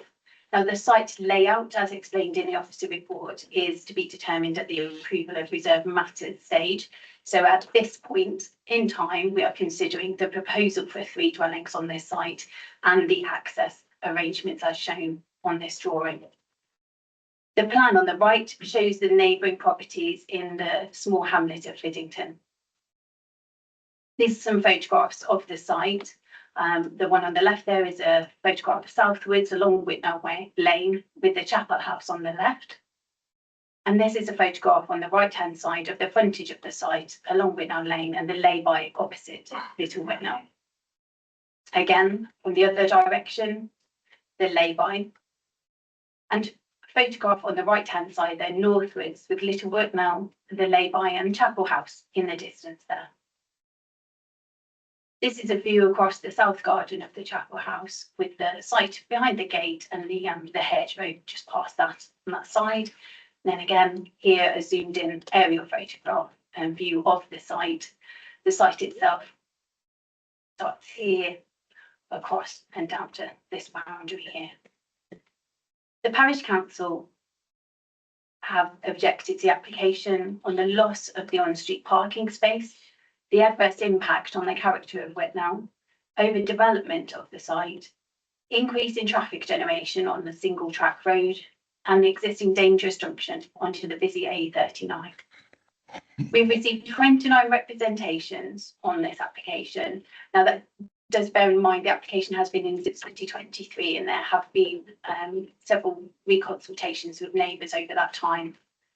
Whitnell having no facilities and this being overdevelopment, again vehicle generation and unsuitability of the A39 access, and many concealed entrances, along with concerns about construction traffic, pedestrian safety, loss of lay-by as parking space. There are many amenity impacts and concerns that have been raised regarding privacy, noise and construction disturbance. Trees and ecology impacts on flora and fauna through development of the site and the additional traffic generated. Protection of children and all residents in the area and general transparency in the planning process. The council does have a duty, and as all local planning authorities do, under the Self-Build and Custom House Building Act. And this is specifically supported through our own policies, D9 and CO2 of the Sedgemoor local plan, which you've heard discussed relating to other applications today. And we also have a self-build and custom-build homes and supplementary planning document. Condition 19, as recommended on page 113 of your reports pack, members are asked to consider the following addition of a local connection element to the condition as underlined below. So this is to add on, just move my box out of the way now. Add on that the dwellings hereby permitted shall be first occupied as the sole or main residence of a person on the custom and self-build register with an appropriate local connection to the parish of Fiddington. And this is a requirement actually as set out in policy D9 in this type of situation where we're in a countryside, we do not have a higher tier settlement. Overall, in the planning balance that we have to weigh up here, the principle of development is acceptable. It meets the identified self-build and wider housing needs for Somerset. The design and layout are reserved matters and the site can accommodate up to 3 dwellings. Residential amenity would be fully considered at reserved matters stage. The access and highways impacts are acceptable and would not have a severe impact. Sustainability measures and renewable energy measures will be a reserved matters consideration. Ecology and biodiversity, namely and mainly bats on this side, have been fully considered with full mitigation and protection measures. The site is exempt from the statutory 10% biodiversity net gain requirement as it is self-build proposal. Habitat regulations assessment, the council adopts the shadow habitat regulations assessment that's been submitted, fulfilling its responsibilities under the Conservation of Habitats and Species regulations. And for drainage and flood risk, the site is within flood zone 1 and the reserved matters will provide the specific details. The summary recommendation for you, the proposed development of 3 self-build dwellings on the site is acceptable in principle.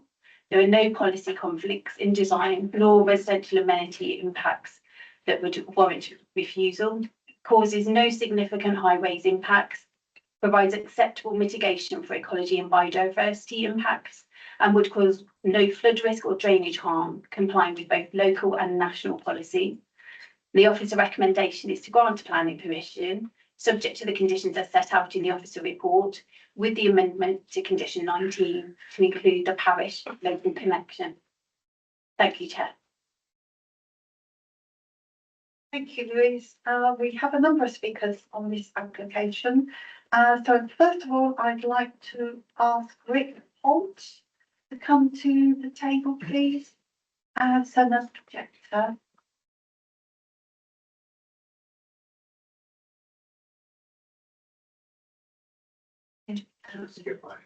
Right. You just let us know when you're ready to start and we'll set the timer for 3 minutes. Don't forget to put your microphone on as well.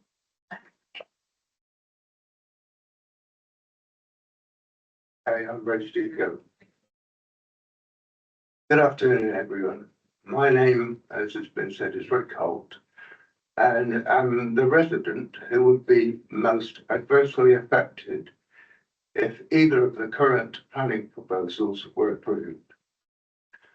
My home is situated immediately to the east of the proposed development site and on lower ground.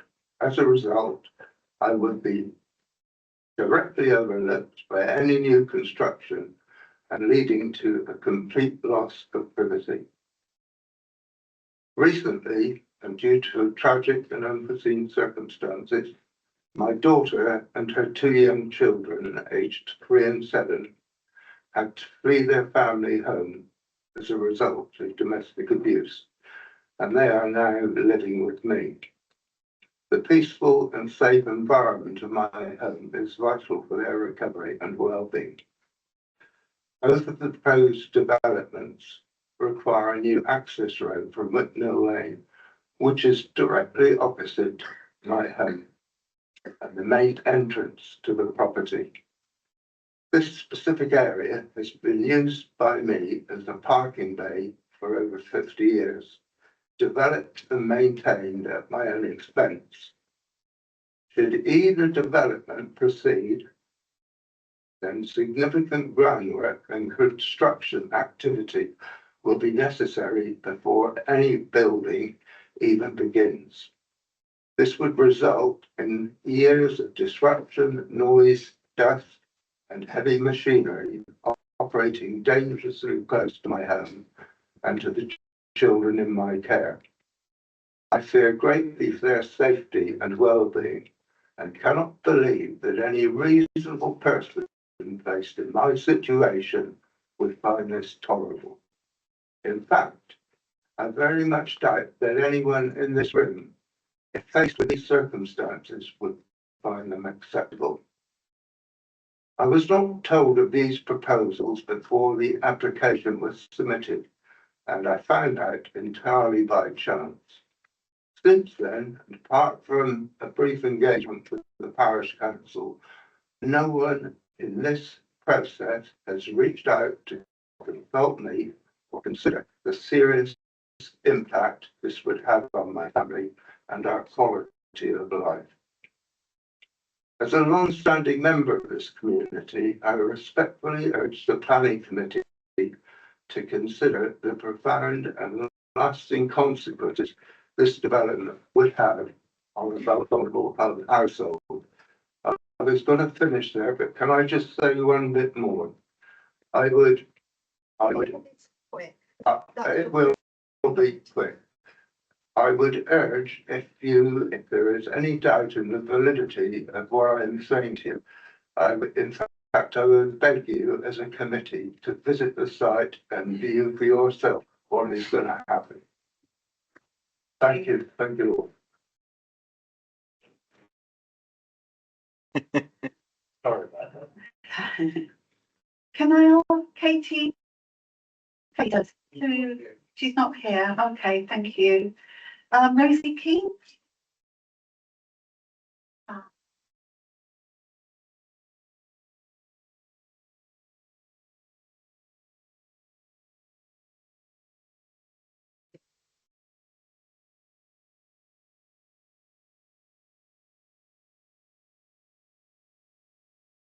Let us know when you're ready. We'll set the timer for 3 minutes. I'm speaking on behalf of the Whitnall residents unable to attend and myself and husband. We object. These proposals on the paddock area of Chapel House will have a detrimental and lasting effect, completely altering the peaceful character of this old rural hamlet. Whitnall has 12 homes and 2 working farms. An additional 3 4-bedroom properties would be a disproportionate increase of 27% and a major increase in daily vehicle movements. Accessibility relies on a narrow single-track lane to the south, joining the A13 at a dangerous hidden junction. Therefore, all vehicles will use a narrow lane towards Fiddington Junction, which is extremely hazardous for two-way movements. The lane has no footpath, is unsafe to walk or cycle along, squeezing into the hedge for a vehicle to pass. The construction work to create an entrance with a wall removal, altering ground levels, moving power lines is just meters away from the front door of the oldest cottage, causing huge disruption, inconvenience and danger. The possibility of an additional 12 cars using the entrance will give rise to further dangers. The hamlet and this project are remote from local services, facilities, education and employment opportunities. It's a 3 miles by car to the nearest bus stop, shop or medical facility. The electric and telephone internet connections are very old. There is no gas, mains drainage or street lighting. The impact of 2-storey buildings in this elevated position on its neighbours will cause great loss of privacy. Light pollution, noise increase and destruction of natural habitat will be detrimental to the rural nature of this hamlet. This proposed development is within an SSSI area and will destroy a variety of wildlife habitats and routes presently used by bats, birds, hedgehogs, slowworms, foxes, badgers and even deer. On a personal note, this proposed site is adjoining our property. We will be hugely impacted and along with the problems mentioned, we'll lose the peace and tranquility so important to our health and well-being. This proposal offers no benefits to the area, only irreversible damage, and as such, we wish it to be rejected. Thank you for your time. Thank you. Can I now ask councillor Mike Caswell to come to the table, please? In support.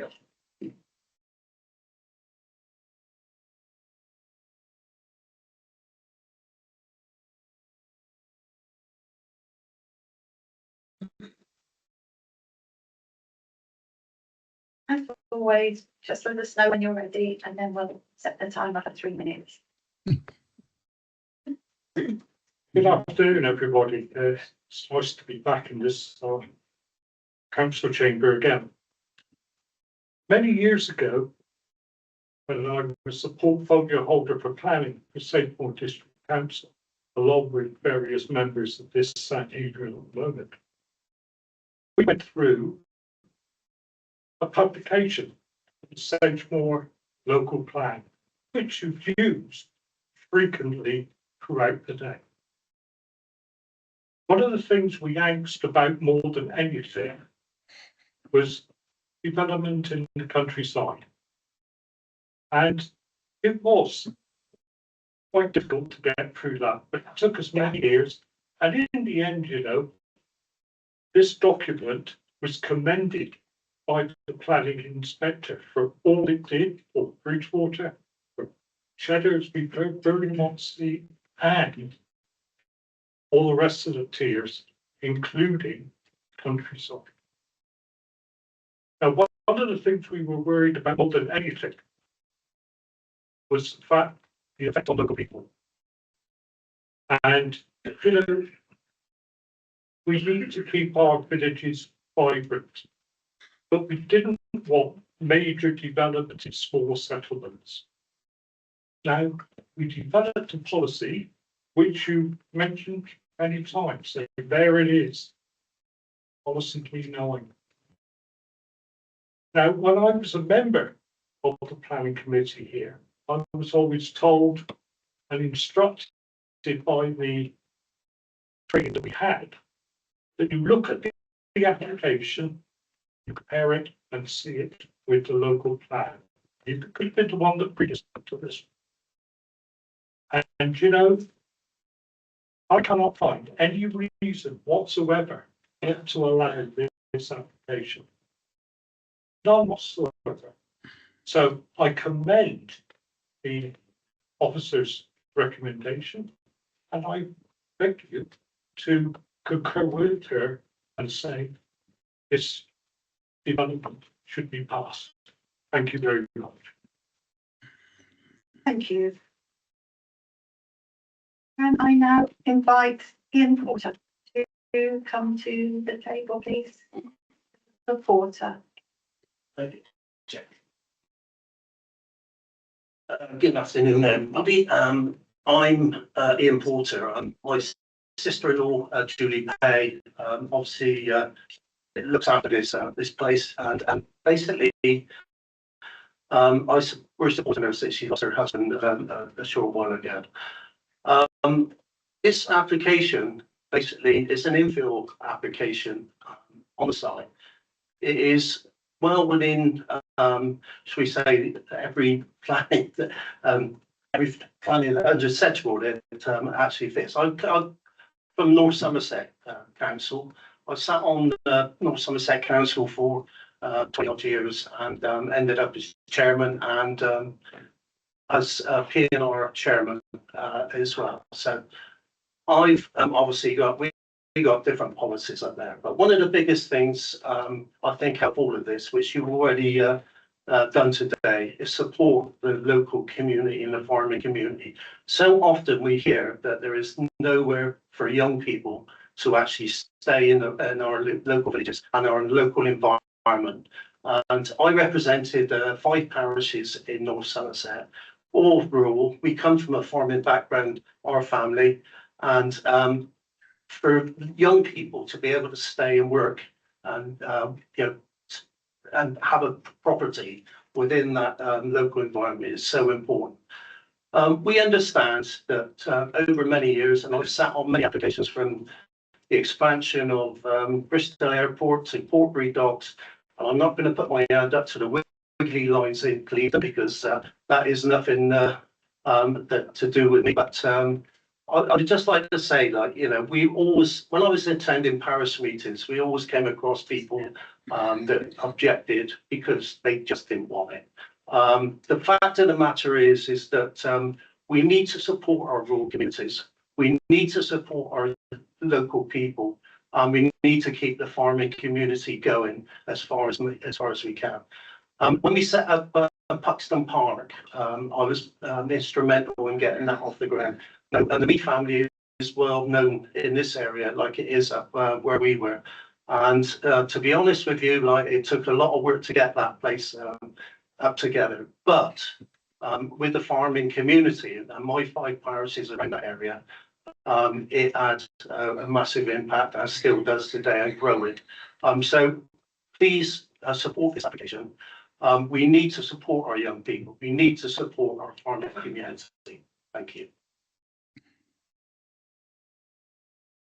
Can I now invite Robert King of parish, representing Parish Council, please?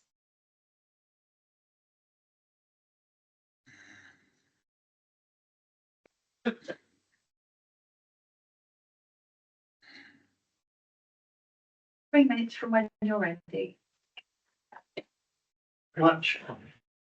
The detailed report made by the case officer highlights reasons why, in our opinion, this application should not be approved. Of the 20 conditions that have been requested, most of them relate to preempt environmental damage, loss of habitat in a rural green space, which until 2017 was an ancient farm and orchard. In our opinion, development will bring limited economic and social benefit to the area, but will add more to the environmental pressure through additional vehicle movements due to the site being only accessible by car. In fact, we think the unsustainability of the location will significantly outweigh any benefits. In summary, there are 5 main reasons for our opposition. Firstly, for consistency, a similar application for this site was made by the applicant in February 1990 for the construction of 2 holiday lets. This application was refused by both Sesmore District Council and the Department of Environment as being outside the recognised limits of appropriate settlement and because the local road was unsuitable. These conditions still exist. The lane has hardly changed in the last 35 years, but cars, tractors and trucks have all got much bigger, so surely the conditions have become even more unsuitable. Second, because of the remote location, there are no local facilities or access to public transport. Householders have to drive 3 miles or walk 2 miles across the country to catch a bus. Third, in the issue of consultation, we've been told that apart from a notice published in the local newsletter for September 22, which gave no site location, none of the neighbouring properties were consulted before an application was made. The application has been publicly discussed in parish council meetings, but full consultation has not been possible as the applicant hasn't attended either of the sessions. We understood that the applicant has since moved away and has not been a parishioner since October 2023. Fourthly, we believe the development will not fit in with the existing character of the hamlet. Most of their houses are 180 plus years old and have been servicing the farms and poultry sheds in the area. Most recent additions to the hamlet, 4 young farming families, etc., are repurposed agricultural buildings, some of them as old as the original houses. We urge you to refuse this application because it will subject the nearest neighbours, daughter and family to, and the southern half of the hamlet, to many months of disruption, noise, dust and mud, whilst the demolition, groundworks and construction takes place. Due to the possible road closures, they will all be forced to use an unsafe road junction where Whittle Lane meets the A39 to go to work, the doctors, shops and to take the children to school. None of this will affect the applicant as they've already moved out. Thank you for listening. Thank you for your time. Thank you. And the final speaker on this application is Gary Berry.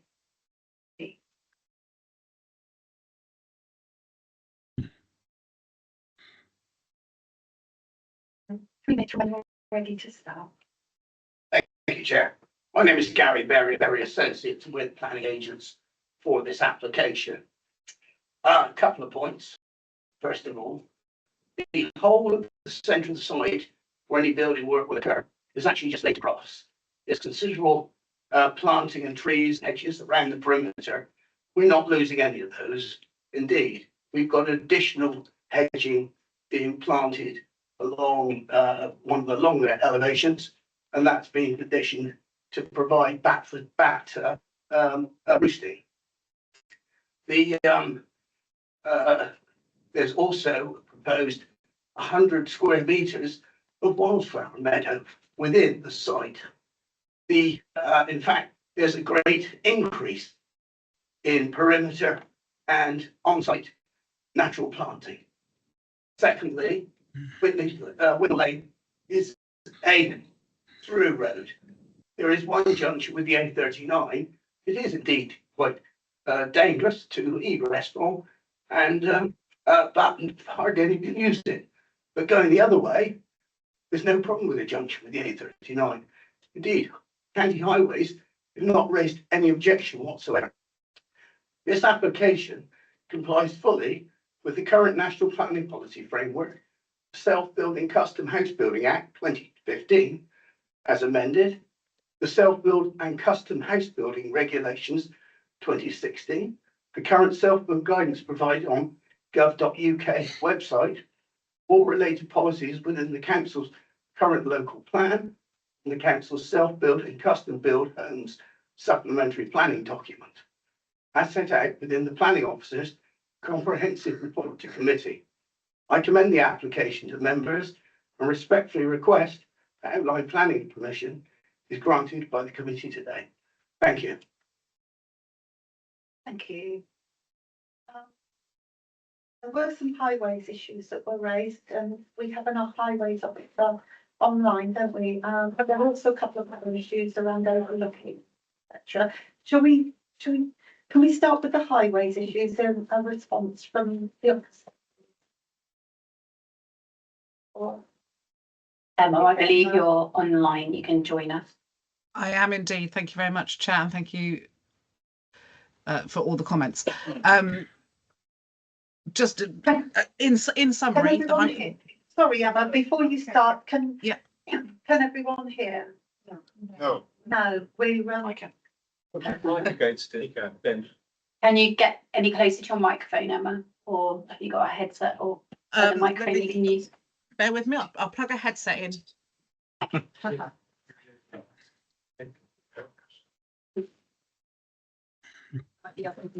My turn next. Try that. Is that any better? That's what you wanted me to do. Where is it? Where's the speaker on the?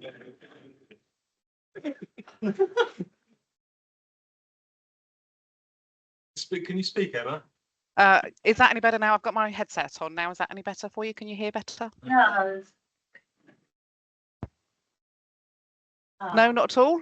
Oh, better, much better. Thank you. Thank you. That's all right. No problem at all. Apologies. It's not normally an issue that I have when I'm working from home. I can normally not need to use my headset. Thank you very much, and thank you for allowing me to speak. There were several issues brought up regarding highways concerns with this application. I will try and cover all of them. But if I do miss any, please do ask. One of the issues raised both in the presentation and by one of the speakers was the loss of on-street parking. Unfortunately, there is no right to on-street parking, and the area in question is highway land, and therefore that's not something that we could take into account. It's not a large area that will be lost. Other issues raised with the increase in, I think I'm leaving the most controversial one to the end, is with the increase in vehicle movements potentially. We can't consider 3 buildings to be a severe increase in vehicle movements, and severe is the word that the NPPF uses, and therefore we have to, on balance, it has to be agreed or permission not refused unless it is a severe impact. And as I say, I think that the most controversial or the one that most people will be most interested in will be the dangerous junction onto the A39. There are no personal injury collisions recorded at the A39 Whitnall Lane junction whatsoever. I appreciate that this may be due to a lower usage of this junction, but checking our system, there is also only one personal injury collision, and that's at the easternmost junction with Fiddington Road, I believe it's called, and the A39. That one was classed as slight. One personal injury collision cannot suggest that there is a pattern of a dangerous junction. Does that cover all the points that you wished me to cover, Chair? Thank you, Emma. Yes, I think that covers them all. Thank you. Thank you. There was also the overlooking of neighbour that was raised. Yes. Thank you, Chair. I can pick that up. I think I've set out in my presentation there in the slide shown any details of layout, siting, design of the dwellings are all matters that are reserved. So following any outline consent, a reserved matters application would need to come in with those details. So at the moment, we can't say one way or the other whether there will be overlooking impacts or not, and that would be all of the matters that we would have to consider in determining and reaching a recommendation on a reserved submission. Thank you. Thank you. And finally, for me anyway, there was also mention of disproportionate increase considering the size of the hamlets. Yes, this is all part of the planning balance, and as identified and mentioned by some of the speakers there, we do have, as an exception to development in the countryside, the allowance for self-build proposals, of which this is. So yes, it is 3 dwellings, which is 20 something percent, I wrote down there, 27%, excuse me, of the overall total of Whitnall. However, we have a balancing need there as a local planning authority to provide for self-build, and we have a need as set out in the planning officer's report in front of you for 3 dwellings. We have 3 interested parties on the local register for Fiddington. Thank you. Members. Councillor Hendry. Thank you, Chair. A few points I'd like to point out here regarding public speaker, actually. All the daylights application in, so I believe in the 90s, so I believe that's got absolutely no relevance here. What today doesn't need to be mentioned. No relevance whatsoever. 2 holiday lets were probably 20 or 30 years ago covered in KSB after 3 houses today, so you can that can be dismissed completely. Our movements and cars per household, and I think I might have said somebody mentioned about 12 cars. I think that was the right figure. Where that 12 cars is coming from, I just cannot work that out. That can't be 4 cars per house. That just does not equate at all. Where the 4 cars per house, I have no idea. Car movements. Now, there is a figure which I can't recall exactly how many average car movements is per house per day. This is a 4-bedroom house, but I cannot remember the exact figure. But it's not as much as a lot of people might think it is. And also, cars per house, a particular figure for that average. And I think it might be roughly 2 cars per house for a 4-bedroom and like 1 point something for a 3-bedroom house. So, and we're going at this 12, that doesn't start with me at all. Now, here's an important part, pavements. Somebody mentioned about no pavements, and the nearest premises, shop, etc., might be 1, 2, 3 miles down the road. So that asks the question, what do the people in the village do anyway? So there's somebody saying there's no pavements, okay, but what do you do? What do these people do in the first place? Nobody's really going to walk. Well, I can't speak for other people, by the way, but not too many people want to walk 2 or 3 miles to get to the village shop. So the general consensus is they're going to get in their car and go down anyway. So the fact of the no pavements, for me, really is a non-starter. That just don't come into this.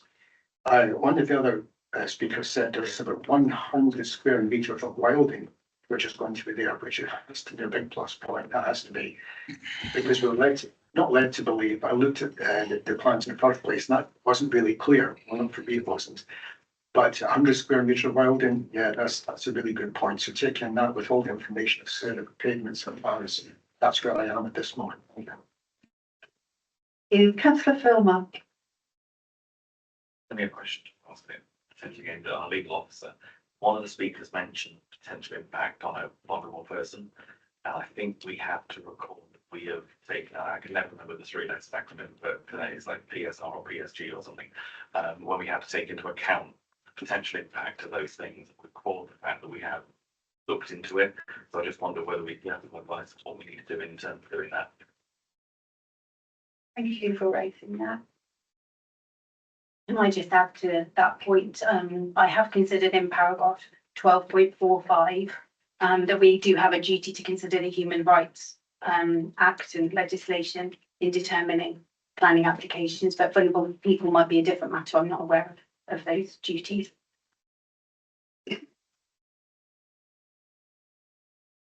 Is there anything you'd wish to add from a legal perspective? Chair, I just think that if it's important, take that consideration more, taking into account that rise. Okay, thank you. Councillor Grimes. Thank you, Chairman. I have to say I do sympathise with the neighbours, but after listening to the debate, taking all things into account, I'm going to move the recommendation that this is passed. Thank you, Chairman. Thank you. Councillor Slocum, then Councillor Bruce. I would like to second that proposal, please. Councillor Bruce. Thank you. A bit of information actually. It was so I understand that whether it's a 2-story or whatever that's built is going to be on for reserve matters, but part of this is taking into account the fact that there's a request or a need for self-built properties on the register, and there are 3 registered. Does the register contain information about what type of properties have been requested in terms of, are they like 4-bedroom houses that there's a need for? Because if that's the case, then we'd be kind of proving this on the basis knowing that what would come forward would be 4-bedroom property is likely to be 2-story. So is there any information in that register that would inform us?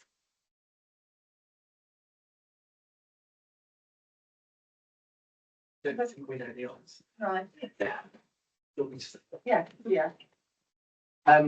Offhand, I don't think we know the answer to that, to be honest with you. So, with our housing labelling team, I'll have a quick look online to see if there's any information. But offhand, I don't know. Would that then have a bearing on any reserve matters that came forward in the future?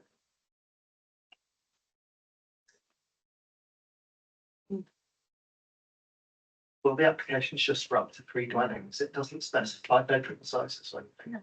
So it could do.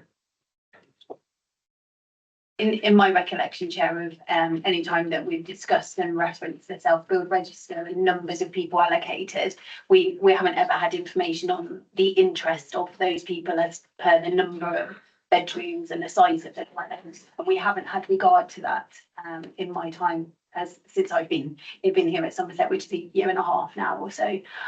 So I can only bring that, personal view then. Well, I would hope that when it does come to reserve matters, that would be part of the information that we'd be given. Councillor Bruce, want to come back? Yeah, just for clarity then, does that mean that we can't take that into account in terms of our decision today? We wouldn't be able to take that into account. I would say we need to consider that there is a need registered for 3. Yeah. 3 people have registered a need for a dwelling in Fidington. Yes, but the application proposed is up to 3 dwellings with no specification on the size or scale of those dwellings. If there are no further speakers, we have a proposer and a seconder to propose, accept as per the recommendation, to approve the application. All those in favour, please show. That's 8-4. Any against? 2 against. And any abstentions? I think that's probably everyone, isn't it? No. I know, I was approved. We are short of one member because councillor Hammond's gone with them. Can we take that again, just to be sure? So those in favour, please show. Ayes. And against. 2, right, okay, we're there. So that is passed.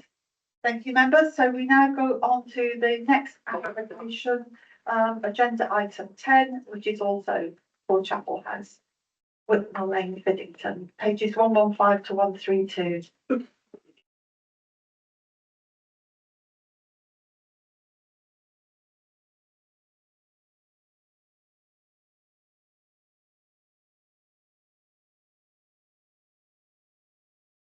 Thank you, Chair.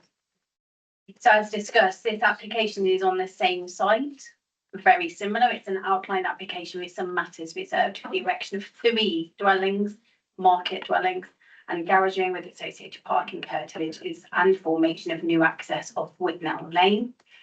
I'll skip through these slides, cover the necessary detail. So David, the main considerations shown on the screen there in front of you. And again, this application is before committee due to the prior connection of the applicant. The site location, as you're fully aware of, and the same proposed plan there for the site. The neighbouring properties plan. And again, to speak through the photographs. As you've previously seen. The parish council objection here remains the same as previous and as set out in the discussion that we've had. Loss of on-street parking space, the character of Whitnall and overdevelopment, and traffic generation and the junction concerns. Slightly fewer representations here, and that may be just because of the 2 dual applications being in front of us. The same issues raised amongst those. And the principle of development. So importantly here, the Sedgemoor spatial strategy, as discussed and aired by earlier speakers today, has the development focus for the north area in the most sustainable locations. Policy CO1 manages growth in sustainable locations and settlements, and development in the countryside must demonstrate specific countryside needs. As discussed today, Whitnall has no local facilities or services. The proposed development is not supported by any other local plan policies. CO2 supports self or custom build infill development, as per the previous application, which has been supported. The proposed market dwellings is not an acceptable exception for countryside development.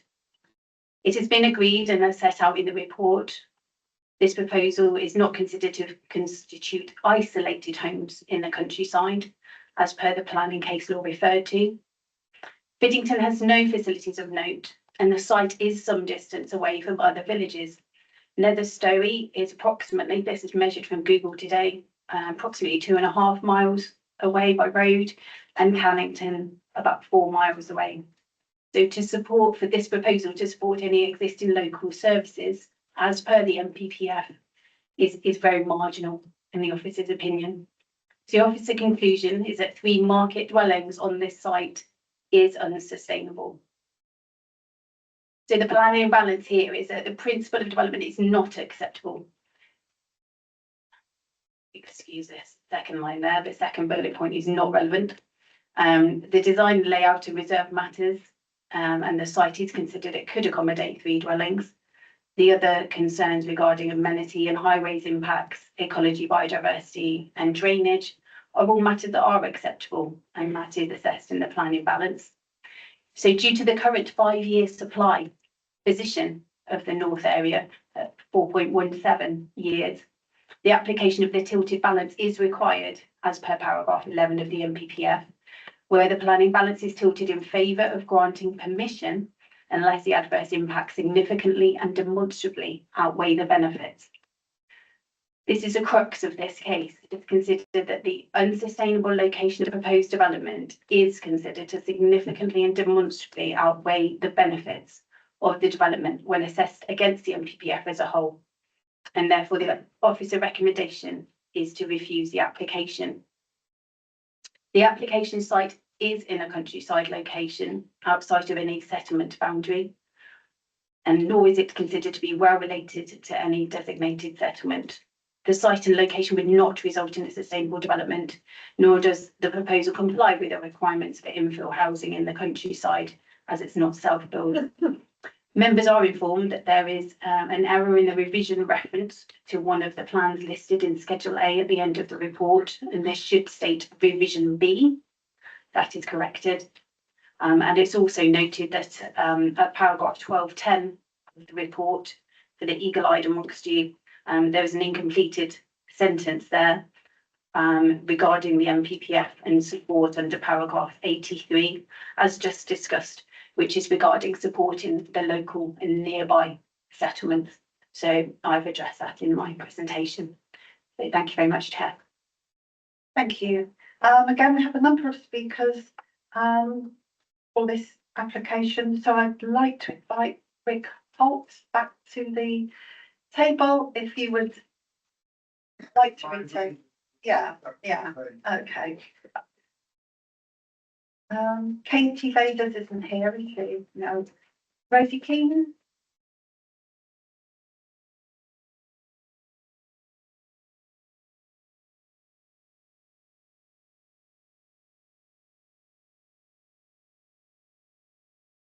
Hello again.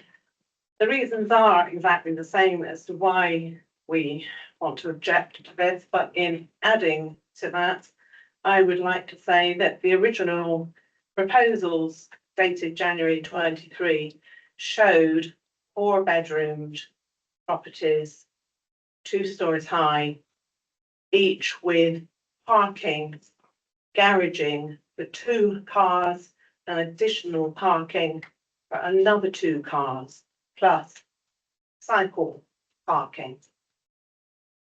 Can I say again, the lane has no footpath. It is unsafe to walk or cycle along, or in my daughter's case, ride a horse along. We take out dogs. We walk to the village at Fiddington. We have to squeeze into the hedge if a vehicle comes towards us or behind us. There's no other choices. It's also the route that school children have to take to get to the school bus, which runs up along Fiddington Maid Hill from the village of Fiddington. Thank you very much. Thank you. Councillor Caswell.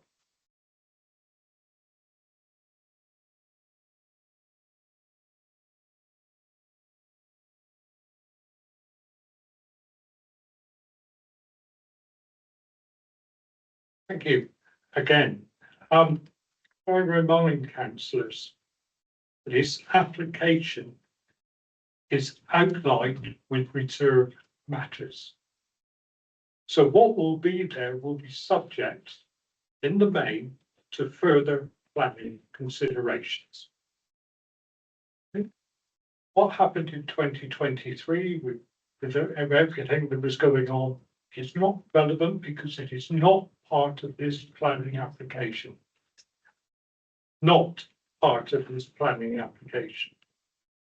Now, this is for 3 houses. I've measured that site and you can get 12 in there easily. Easily, with big gardens. But this is not exactly an overdevelopment. Now, somebody brought up the fact that the applicant, Mrs. Payne, no longer lives there, which might throw something in the ring that it was all, she's just gone away and she doesn't care. She doesn't live there because her husband died in her arms. So let's get the personal bit out of the way. Died in her arms in that house, and she can't be there because of the loving relationship they had. That's why. Also, it doesn't help that somebody stored Stalag all over one of her sheds where she kept machinery. So you might think obvious there.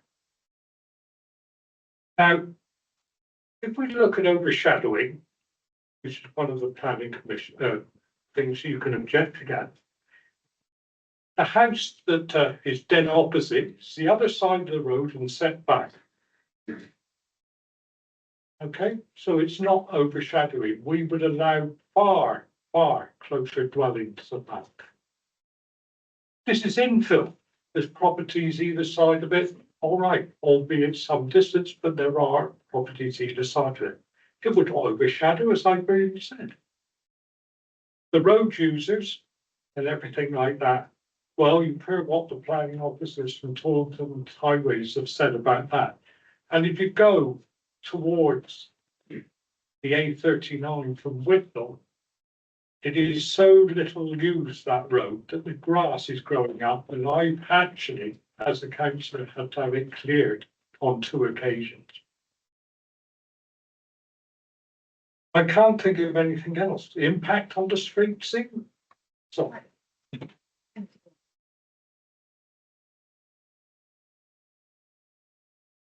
Can I invite Ian Porter back to the table, please?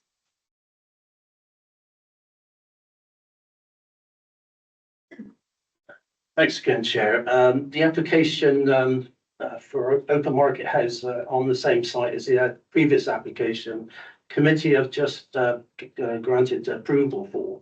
Subject to planning conditions is required houses to be first occupied by the self-build or self-builders themselves. There is no minimum limit required for such occupation before the individual homes can be sold on open market dwellings. So subject to the community infrastructure levy being paid, any dwellings granted by planning approval 22/23/0001 could be sold as open market dwellings, say within 3 months of authorised occupancy, without the council having any recourse whatsoever. Alternatively, after 3 years of occupancy, any of the self-build homes could be sold as open market dwellings without any community infrastructure levy being owed to the council. Therefore, in a relatively short period of the dwelling's anticipated lifespan, the self-built houses granted by approval previously will become open market dwellings on the very same site as this application relates to. If the council refuse this application for open market homes, all they would be doing is very slightly delaying the time when the self-built dwellings granted by approval previously will actually become open market dwellings. The situation would be reverse. Given the above, it is my opinion that the application for the open market dwellings should be granted planning approval by the committee. As to do otherwise would simply only delay by a short period of time, and when the new approved self-built dwellings will become open market dwellings. Thank you. Thank you. And finally, Gary Berry.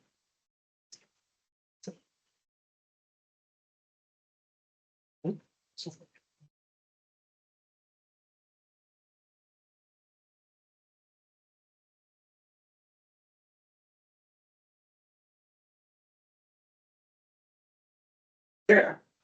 All local plans must comply with the National Planning Policy Framework. Otherwise, non-compliant policies are considered null and void. The council's policies restricting housing development in rural areas to only being self-built goes beyond what is permitted by the current NPPF. In 2016, Braintree District Council refused permission for 2 open market dwellings in an infill site in a small rural setting, citing their restricted policies regarding new dwellings in rural settlements. At appeal, the planning inspector determined that Braintree's restricted policies went beyond that permitted by the NPPF, that rural infill housing within a rural settlement was not barred by the NPPF, that the NPPF accepted that public transport in rural areas would be less prevalent than in rural urban situations. and duly granted permission for the development. The council appealed to the High Court, but the court determined that the inspector had not misinterpreted the NPPF and upheld the granting of permission.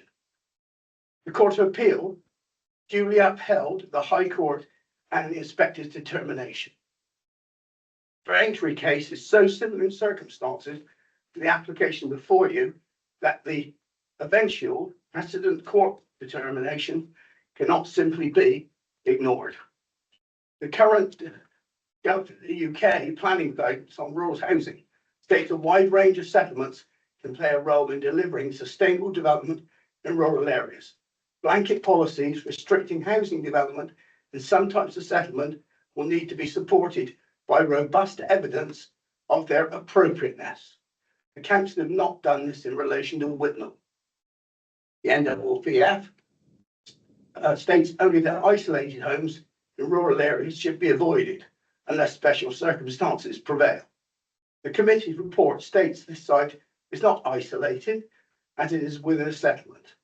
Therefore, if it is not isolated, by implication, the NPPF permits open market development on infill sites within rural settlements of all types. In the Braintree case, the inspector determined that the council could not prove a 5-year land supply and accepted that the 2 dwellings concerned would make a small contribution to the shortfall. Therefore, the tilted balance was engaged. The committee report dismisses this consideration by stating that the contribution would be de minimis. Braintree case, including the inspector's determination, the subsequent Preston court cases, were included with all the information originally submitted to the officers, so they've been aware of this since day one. Chair, I respectfully contend that planning permission should be granted. Thank you. Officers, would you like to respond to points made, especially regarding the sill and reference to the Braintree case? Yeah, can I pick up a few bits first, and then Zach will come in on the sill point. So I think from Councillor Caswell did just refer to this site and development of the site being infill. I would just clarify that our infill policy does require as an exception and for development to be allowed on this site, it should be self or custom build. So we just wanted to clarify that in the minds of members. And then regarding the latter point on the Braintree case, this is set out within the officer report, and we have liaised with our planning policy team, and we have made within our existing current local plan adequate provision for our housing needs, accepting that we have a current tilted balance situation. And we do have the exception allowance in the local plan, which does go further than just a blanket restriction on any development in the countryside. So we have made that point and have the policies in place to support that development. So we have the development to support that, and we have also exceptions that state development could come forward as an infill if it's adjacent to or well related to higher tier settlements in our settlement hierarchy, of which Biddington is not. It is in the countryside, and I think that is a fundamental point here. Yes, we have accepted this is not considered to be isolated in terms of the case law, but I just wanted to clarify that point for members. And then Zach, I think you're going to come in on the sill point for self-build. Well, I will, but I'd also point out with respect to the agent that we're not in North Essex, we're in Somerset, we're applying Somerset policies. And so to quote an appeal on another site where members aren't aware of what the policy specifically says in that area, is very difficult for you to make a judgment in that respect. But you've heard what the agent says and you'll want to weigh that into your consideration. Just turning back to the sill point, this was raised on the previous self-build applications. And it's set out in the report that in the sill regulations, there is an exemption for self-built housing, but to qualify, the initial occupant must build or commission the construction of the home, which they'll occupy as their sole or main residence for 3 years from the completion of the home. And as I say, that's the only way they would be able to comply with the SIL exemption in terms of SIL payments. We have suggested a condition on this for a phasing plan because there are up to 3 dwellings in this. Oh, sorry. Yeah. Okay. But I'll leave it there. Sorry, I've got the wrong report apparently. But yeah, the point is the same in terms of the SIL exemption. They have to live there for up to 3 years. So I think that the bottom line is, you know, it is an odd one because we're bringing to you what is ostensibly could be exactly the same physical built form, and I get that can be slightly confusing because you could end up with exactly the same built form from what you've just approved as self-build or from this scheme. But the difference is it's meeting an identified need for identified local need, whereas a market scheme for 3 houses would not meet any local needs. So I just want members to be aware of that as the difference. Thank you. Thank you. Councillor Moore, did you want to? No, okay. Councillor Filmer. Thank you. Yeah, I think it obviously is complicated. It is slightly confusing with the 2 applications being very similar, but there is a fundamental difference. I think Councillor Caswell went in his first statement, I think, hit the nail on the head that Sedgemoor, as the planning authority at the time, looked to have an enabling set of policies to try and to facilitate development in the open countryside. CO2 is very much the focus of that, and that, as has been said by the officers, if you take CO2, the opening comment that we will allow development with a small village and hamlet, close to nucleus of existing dwellings, small scale residential infill review development, exceptionally supported only if all the following criteria are met. And the first one is the development is a self-build or custom-build project that meets requirements of D9. So the first hurdle is very much it has to be self-build or custom-build. Now, on that basis, that was done to facilitate local people wanting to have a local development within their own patch rather than open market, which is open to anybody and is open to people to move in from outside. And if we allow sites that are down as self-build to be open market, we won't have any self-build sites coming forward potentially if we follow this route, because every site we say is okay for self-build will then say, well, actually it only lasts 3 years of SIL, so it's open market anyway. And we take away that ability of our local people to find an affordable way of developing within the villages. So I'm not sold on the argument that this is something that we should support in this case. I understand the comments that the agents various said, and there are cleverer people than me, I must admit, who will be out there who will be able to interpret legal ramifications. And if we were to refuse this, then obviously the agent has the opportunity to challenge that through the planning inspectorate, to see if planning inspectorate agrees with itself in being Braintree or feels that circumstances are different in this particular application. So I'm not wanting to support this application as it stands. I would go with a recommendation for refusal. Thank you.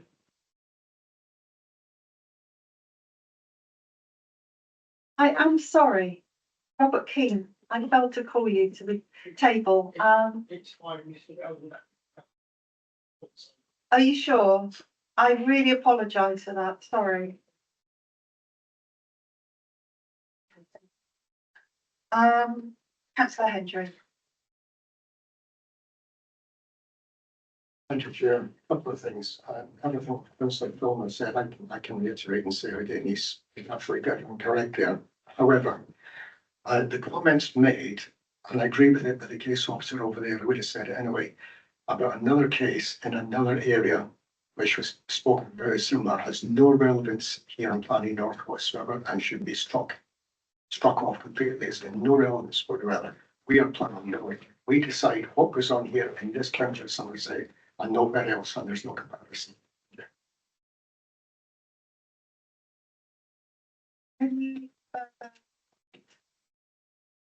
In which case, I'm looking for a recommendation. Okay, Councillor Martin. Thank you, Chair. Having listened to the conversation and in line with the officer's recommendation, I would like to propose that we refuse this application. Thank you. Do we have a second? Councillor Filmer? Yeah. Okay, so in that case, we have a proposer and seconder for refusal of this application in line with the officer's recommendation. All those in favour, please show. I think that is unanimous. Okay, thank you, members, for debate. We're coming up to 5 and I think I need to get agreement for us to continue after 5 o'clock. So I would like to propose that we can continue the meeting. I'll propose that. You'll have a second. Yeah, are all in favour? Yeah, I think that's enough for anyway. Okay.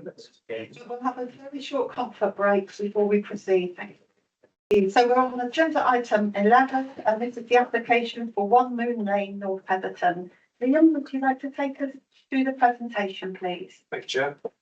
So this application is brought to members today because the applicant is a councillor and part of the development committee here at Planning North.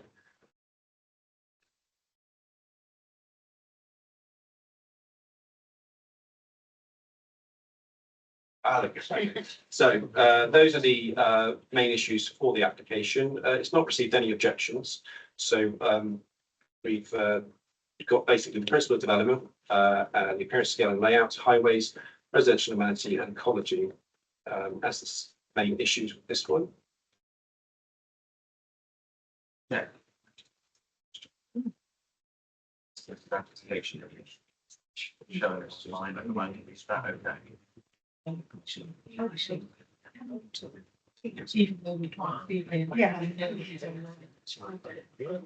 Councillor Bradford, and you're online, I understand.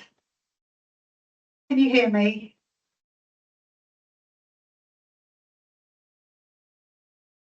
I can hear you. I'm informed that you shouldn't be even online during That's this why application. I muted everything, camera and everything else. So what do you want me to do? Go off? Yes, please. And I got to speak on the next ones. How do I know when to I get back know, on? just listen. Can we advise Councillor Bradford when we finish this application somehow? Okay. Oh, Okay. watch it online. But it shouldn't be online. No, but not as just watch. Rather, yeah, the options are you could watch on YouTube, I'm told, or somebody will. No, we don't do that. We don't do that. So I think you'll have to rely on somebody telling you when this application is over. Okay. Thank you. That sounds good. Thank you.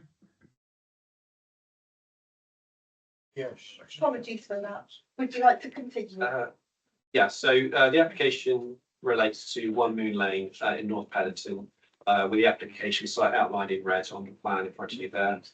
Site itself is between the A38 and the M5 motorway, and is currently occupied by a number of agricultural buildings, an existing dwelling, and a barn which has been subject to planning permission for its conversion to a dwelling. So there you have the existing and proposed site plan. So on the right hand side you have what is going to be effectively a fairly contained development where you have 2 dwellings at the front of the site with a barn conversion located to the south.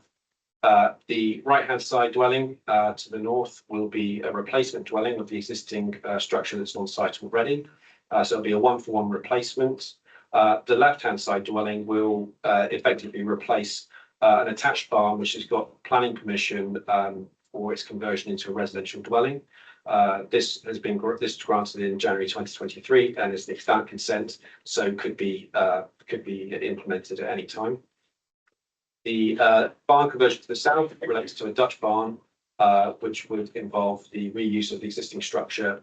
And together there will be a new access formed down the centre of those 2 properties, leading to a shared parking and turning area where 2 detached garages would be accessed off of that. To take members through these slides, this is the proposed barn conversion. So it would involve the replacement of the existing materials on the exterior elevations of the barn with timber cladding, steel sheeted roof. As you can see, the elements of the Dutch barn in terms of the curved roof and the single story sort of cat slide arrangement to the north side will be retained, retaining its character as well as contributions to the site. and this will be in dwelling number 1. You may notice that there's a bit of a discrepancy between what's described in the report and what's being viewed on the plans on the screen. That was an error on my part in terms of the report writing, but I'm just going to take you through the slides and hopefully best describe what I can with what's in front of us here. So this is plot number 1, which will be facing onto Moon Lane.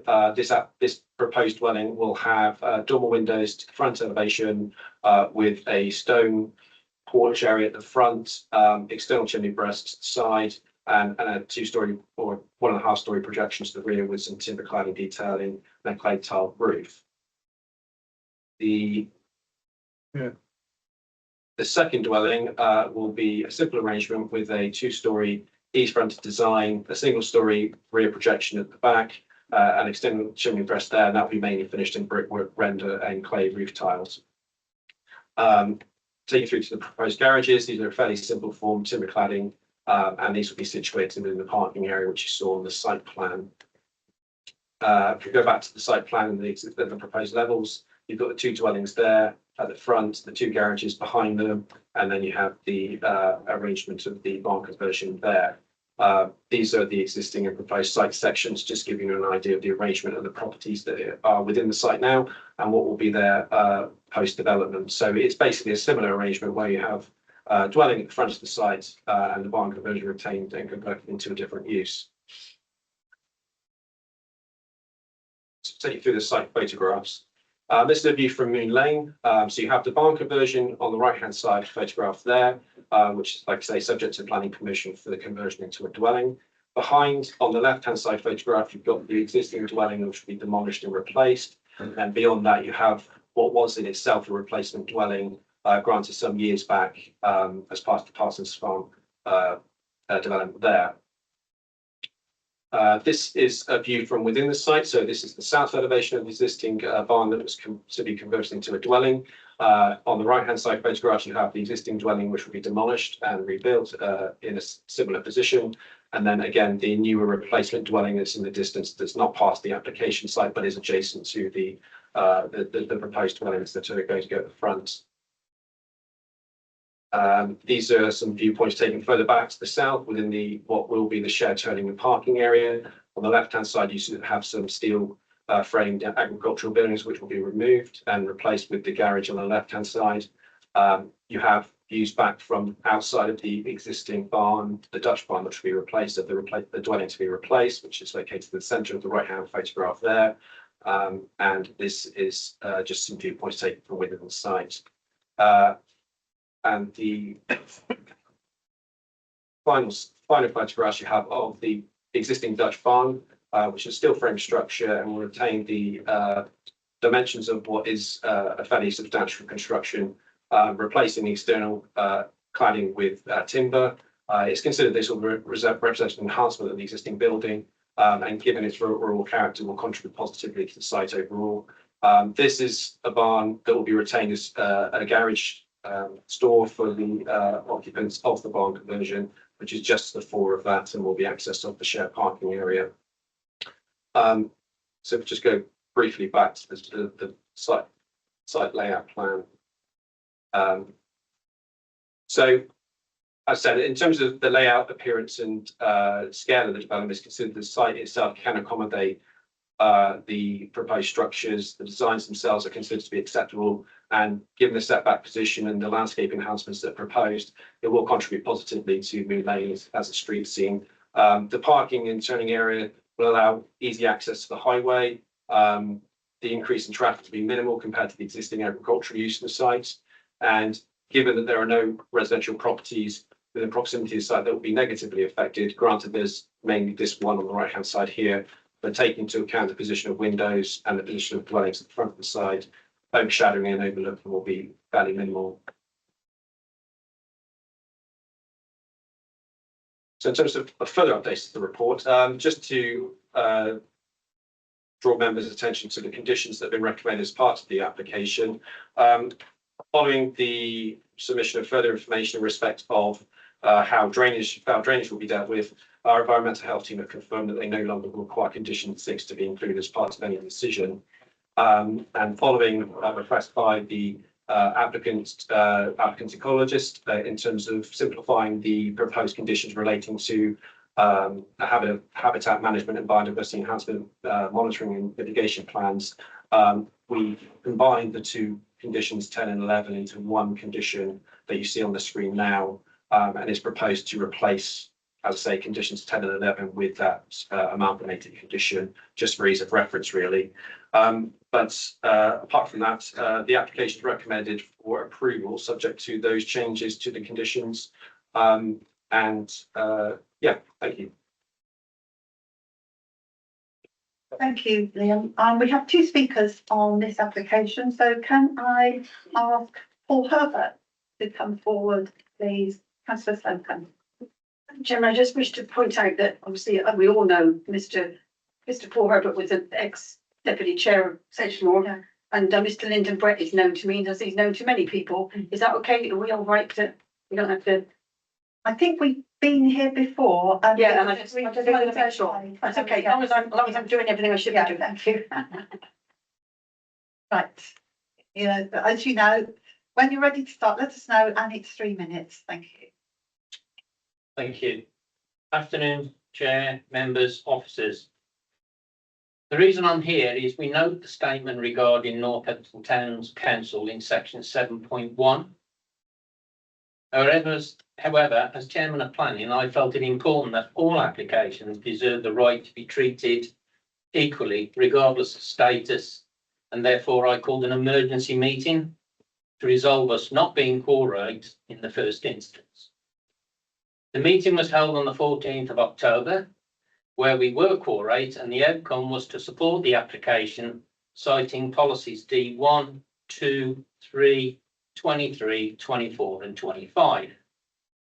It was felt that this application did not trigger any major policies, and it was good use of the redundant farm buildings. Their comments were, there are no flooding issues, no highway concerns to address. The site has good communication links to public buses, cycling and pedestrian pathways, as the site is around 100 metres from the A38. In turn, our recommendation went to full council meeting and was ratified the same evening to support the findings of the planning committee. For whatever reasons, our latest comments are not recorded in the report before you, hence why I'm here on behalf of North Petherton Town Council to ensure that that situation is now resolved. Thank you. Thank you. I'll now ask Lyndon Brett to come to the table, please.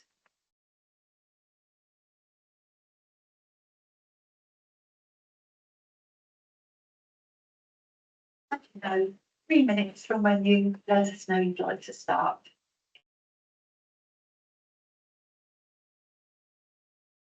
Chairman and members, the application before you represents a redevelopment of former farmstead at Parsons Farm through change of use, demolition and rebuild with new access, improved widths with good visibility serving the substitute development and retained agricultural land and buildings. The former cider barn was granted planning permission, and the proposal includes for its demolition an erection of a replacement dwelling, the demolition of an existing cottage and replacement with a modern replacement, which combined delivers an improved street scene and allows for energy efficient development for these replacement dwellings unachievable through conversion. There's also an energy efficient super insulated Dutch barn conversion to the rear, endorsed as you have heard. I'd like to take the opportunity of thanking the case officer for his professionalism, conduct and general dealings with this application from pre-application through today's recommendation, including condition share and the agreement reached on delivery and outcome despite the special measures processes in place. Following a conversation with the councillor, I thought that I would share that neither I or the applicant has any issues with the principles of ecology and mitigation, but BAPs benefit from provision, not copious reports, and applicants would prefer to over-provide and be burdened with the expense and delays. We are seeing more standard mitigation provisions and approvals that would be deliverable on all applications. At Parsons Farm over the past 10 years, more than £10,000 has been spent on ecology fees in the form of preliminary ecology assessments, together with post-emergent bat surveys, which has been a delaying factor, even though the coverage of the surveys has been one and the same, with the same outcomes and advice on mitigation work. Each application triggers another PEA and PBS, as each report is only valid for 12 months or at best 18 months, depending on the individual ecologist approach, which is less than the timescales which it's taken to determine this application, as the prior survey became out of date, triggering the latest ecology reporting period and delay. The recommendation for consent for this proposal is fully supported and is in line with all local plan policies, and hopefully members will endorse the officer's advice and issue the permission with the adapted conditions as agreed. Thank you. Thank you. And that's Councillor Slocum, Councillor Bolt, Councillor Filmer. I think it's quite clear why this has had to come here, but I think the other point is, I think this is an enhancement of a building, and I think that's really, really important that we actually can see how this will enhance this area. So I'm very, very happy with this, so I'd like to move the recommendation. Okay, thank you. Councillor Bolt. I think the fact that when you read the papers again, know that the Oh, sorry. Let's say you're top. Yeah, keep going. I'll shut up now. Keep going. No, it's as the council have said, they're happy that now they've had the meeting. That was the only thing in my mind was what was the local views on it. There's no other objections. And it has been properly notified to everybody. And I second the proposal. Thank you. Just to check before we move on, is that with the removal of condition 6 and the combining of conditions 10 and 8? Yes, it is, yes. Thank you. Councillor Filmer.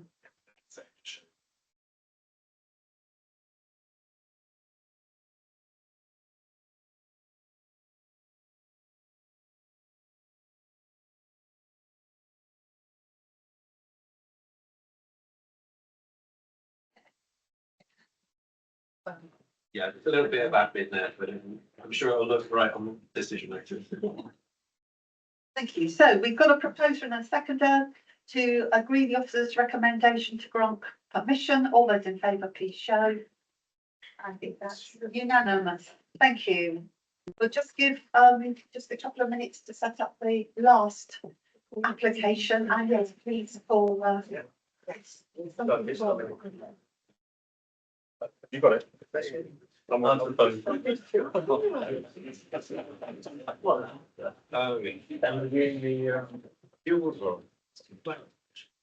You mean online? I don't explain, didn't I? Yes. Well, we just think you got on back. Yeah. You do here. Yeah. Yes.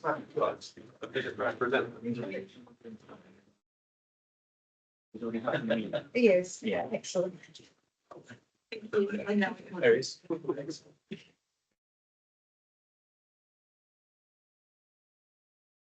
get some good common sense in there somewhere. Don't start Brian Bolt with common sense. Thank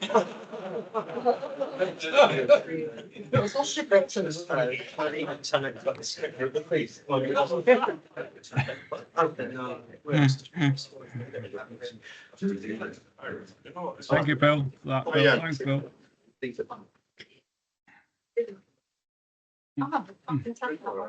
Oh, no, again. Hang on a second. No, you need to state the table. Well, then Brett's gone out the wrong door. It's going to be locked in forever. It was good, but it's now it's here tomorrow. Has to stay at the table. And we can start. Are you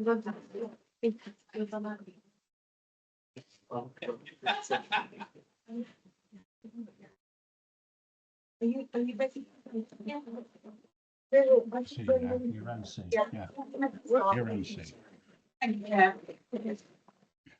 This is a full application for the erection of 2 dwellings on the site of an existing agricultural building. The location is on land adjacent to Chapel Road.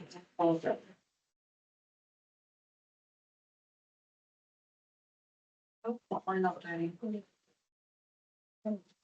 Now, this site has been referred to the planning committee due to concerns regarding flood risks. Doing something weird. Can I do that or not? On it. Right.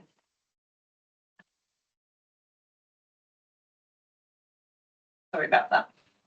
The site is located outside of any settlement boundary and in a countryside location. It's also within flood zone 3 and it's within the hamlet known as Fordgate. The area outlined in red isn't the entire red line site plan. That area in red also includes blue land as part of the application. That will become clear in a minute. In terms of the location, the aerial indicates bottom of that red line to run alongside the bottom of that building. So the application site area incorporates all of these agricultural buildings here. To the west is a green, and then alongside further to the west is the canal. And to the east is a no-through road, Chapel Lane. Beyond the site and the way the site is accessed is off a private road, which crosses over the railway and goes eastwards. This is the actual red line of the site area, incorporating the existing agricultural buildings on the site. Now, there's been a number of planning applications and Class Q applications on this site, and some unsuccessful.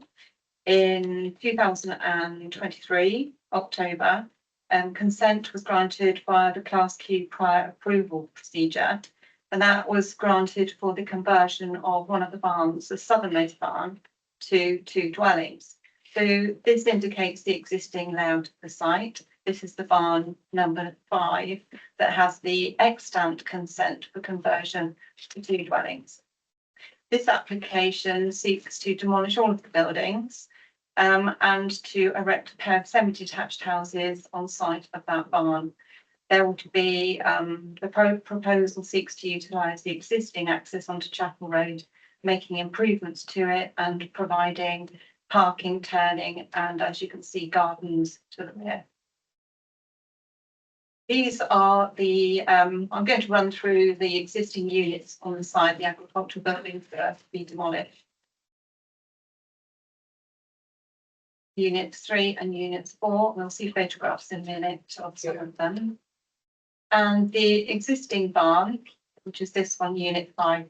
This is the extant consent, which could be built out, and this is for 2 dwellings. This is the actual proposal. As you can see, relatively low ridge heights with rooms within the roof. This is the layout, includes an open plan dining kitchen area, living room, and then 3 bedrooms above. This one on the left is looking at the junction, looking south into Chapel Road, sorry. This is also Chapel Road looking south, but just further along. And there you can see the existing cottages in Chapel Road. This is just walking down the lane a little bit further. On the right is the boundary of the site with the gateway into the site, and this is showing more of the cottages in the lane. This is the gateway into the site, and this is the actual building that's got the Class Q conversion for 2 dwellings. This again is that building with the consent to convert. This is the gable end of that building, and again the gable end, but looking back up Chapel Lane with the boundary of the site running along there. This is the gateway into the site, which shows some of the existing buildings which would be demolished. This is looking up alongside the east side of Chapel Lane so that you can see the existing cottages. Now, in terms of the principle of residential development, the site comprises of land in the open countryside. This application is actually for self-build for 2 dwellings. The site, as I've said, has the benefit of Class Q approval for conversion to 2 dwellings. Now, the applicant has a genuine fallback position that would create 2 dwellings on the southern part of the site through a change of use of the existing building, and therefore achieving the same ends via the route of demolition and new build is not objectionable in principle part of the site. It's considered that there is an opportunity here to improve the appearance of the site through a replacement development and therefore provide a net planning gain in terms of betterment and securing a higher quality design. Now, while it's proposed to site 2 self-built dwellings, policy CO2 of the local plan supports infill, policy D9 supports self-build. However, this site does not meet the criteria within either CO2 or D9 due to the site not amounting to infilling the existing main built-up area of the settlement. However, whilst it doesn't meet the infill self-build policies, the site does have, in terms of the development as a replacement of the permitted agricultural building, that's acceptable as the extant permission is a material consideration in support of the development, which would be of a similar scale and use. Furthermore, this development would result in an enhancement of the local environment, so therefore the principle of the development is considered to be acceptable. In terms of highway safety, the proposal seeks to incorporate or use the existing access into the site, improve the access, provide turning and provide adequate parking, and therefore in terms of highway safety, the proposal is acceptable. In terms of design and character of the area, there are a number of outbuildings on the site, and every new development would have an impact on the site. The buildings are rather dilapidated, none are of a traditional form or character. The houses within the area comprise of a variety of styles and forms. However, the predominant character of the dwellings in close proximity of the site are relatively traditional cottage style, rendered houses with clay tiled low roofs. They have differing features, including pitched roofs, small flat roof dormers, pitched and mono-pitched front porches. The proposed houses would be of a design, form and style that reflects the features of the other existing dwellings in Chapel Road. In terms of the relatively low ridge, it reflects those features in terms of the relatively low ridge heights, pitched dormer windows and materials finish. Based on the plans and elevations provided, the development would result in an enhancement of the site and the character of the countryside overall. In terms of drainage and flood risk, the site is within flood zone 3 in an area of high probability of flooding, and therefore both the exception and the sequential test is required. The submitted sequential test found that no suitable alternative sites that match the scope or scale of development was available, and a flood risk assessment has been submitted that includes an exceptions test. The proposal represents a sustainability gain, improving the visual quality of the area, removing structures with no ongoing use, and reducing long-term maintenance and safety liabilities. The removal of these buildings also reduces the volume of impermeable surfaces on site, offering potential benefits to surface water management and biodiversity. It's considered that the proposal would provide significant sustainability benefits over and above the permitted Class Q fallback, which outweigh any identified flood risks. The flood risk assessment demonstrates that the development can be made safe for its lifetime through appropriate mitigation, including finished floor levels set above design flood levels, use of resilient construction techniques, provision of safe access and egress routes. Surface water will be managed through a sustainable drainage strategy, ensuring no increase in off-site flood risk. The Environment Agency raised no objection and recommended a condition to ensure that the development is carried out in accordance with the submitted flood risk assessment. The Drainage Board raised no objection, recommended a condition to ensure that the development is carried out in accordance with the drainage report, which explains how the runoff from the future impermeable areas would be managed on the site. Given the applicant has demonstrated that both the sequential and exceptions tests are passed, given that the proposed new build dwellings would result in safer dwellings in terms of the risk flooding because of their superior construction compared to the existing building, which has the extant consent to convert under Class Q. It's considered that the development would not give rise to flood risk and according to the policy of the local plan. In terms of residential amenity, the site would be developed with appropriate distances between the first floor windows of the new houses and the existing cottages to the east. And in terms of amenity of future residents, there would be adequate private amenity space allocated to the north of each dwelling, and the layout of the internal arrangement would be example space standards. Given the material considerations above, it's considered that the application meets policy and the recommendation is to grant consent. Thank you. Thank you, Shanta. We have some speakers on this application, so can I invite Councillor Evans to the table, please? Can I say thank you, everybody, for your forbearance? It's been a long old meeting, but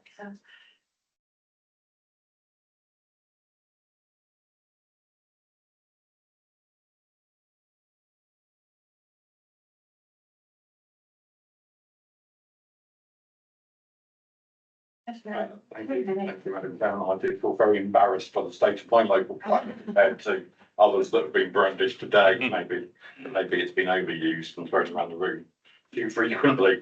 But thank you very much for the opportunity to speak on this. I'm very aware that my good friend Captain Tom Guppy was trying to get here. I don't believe he'll be able to make it. I would urge you to look at the local objections from neighbouring properties to this. This is development in the open countryside. It is in flood zone 3. We know absolutely the impacts that flooding has in Fordgate and wider Moorland and Chadmead areas of my patch. There have been concerns raised by local residents about D25 overlooking neighbouring property and protecting residential amenity. And there are concerns about D2 that's out of keeping with the neighbouring cottages. And although these are very nice cottages, traditional cottages, opposite canal workers and possibly railway workers' cottages, it would have things like dormer windows that aren't a feature there, and those dormer windows, it is considered that those are not a feature that would be recognised as being local to the area. It was mentioned about improvements to highways access, and I've not seen anything on the plans that indicate improved access. It is off a private road and does come over a railway bridge on that side, and then there becomes an adopted highway after that. And as you will have seen from the photographs, the condition of that private road is not great. And I have to say that there's been astonishment from neighbouring residents that Class Q was considered a factor. Those barns may not have been in use for some considerable time. I'm told in 40 years by one local resident. I've got no knowledge of that, but I would be very interested to understand. My understanding of Class Q is use in the last 10 years. So I think there are some very serious concerns, but number one amongst them has to be that this is building in flood zone 3. And although there is paperwork that might support that, I think we've got to be very, very cognizant of the history of this site and surrounding communities. Very close to being underwater not so long ago, and those communities severely impacted, of course, in 2014 as well. So I think you need to be very, very careful before giving this one the go ahead. Thank you very much, Chair. thank you. I'd now like to invite Julian Taylor to the table, please.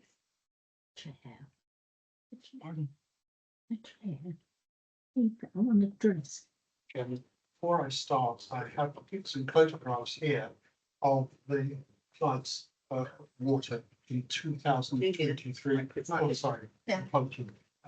Have I your permission to distribute these photographs of the taken in Fordgate showing the water in Fordgate in 2023? These were quite clearly bloody, not in the area, but they are available should you want to watch. I've just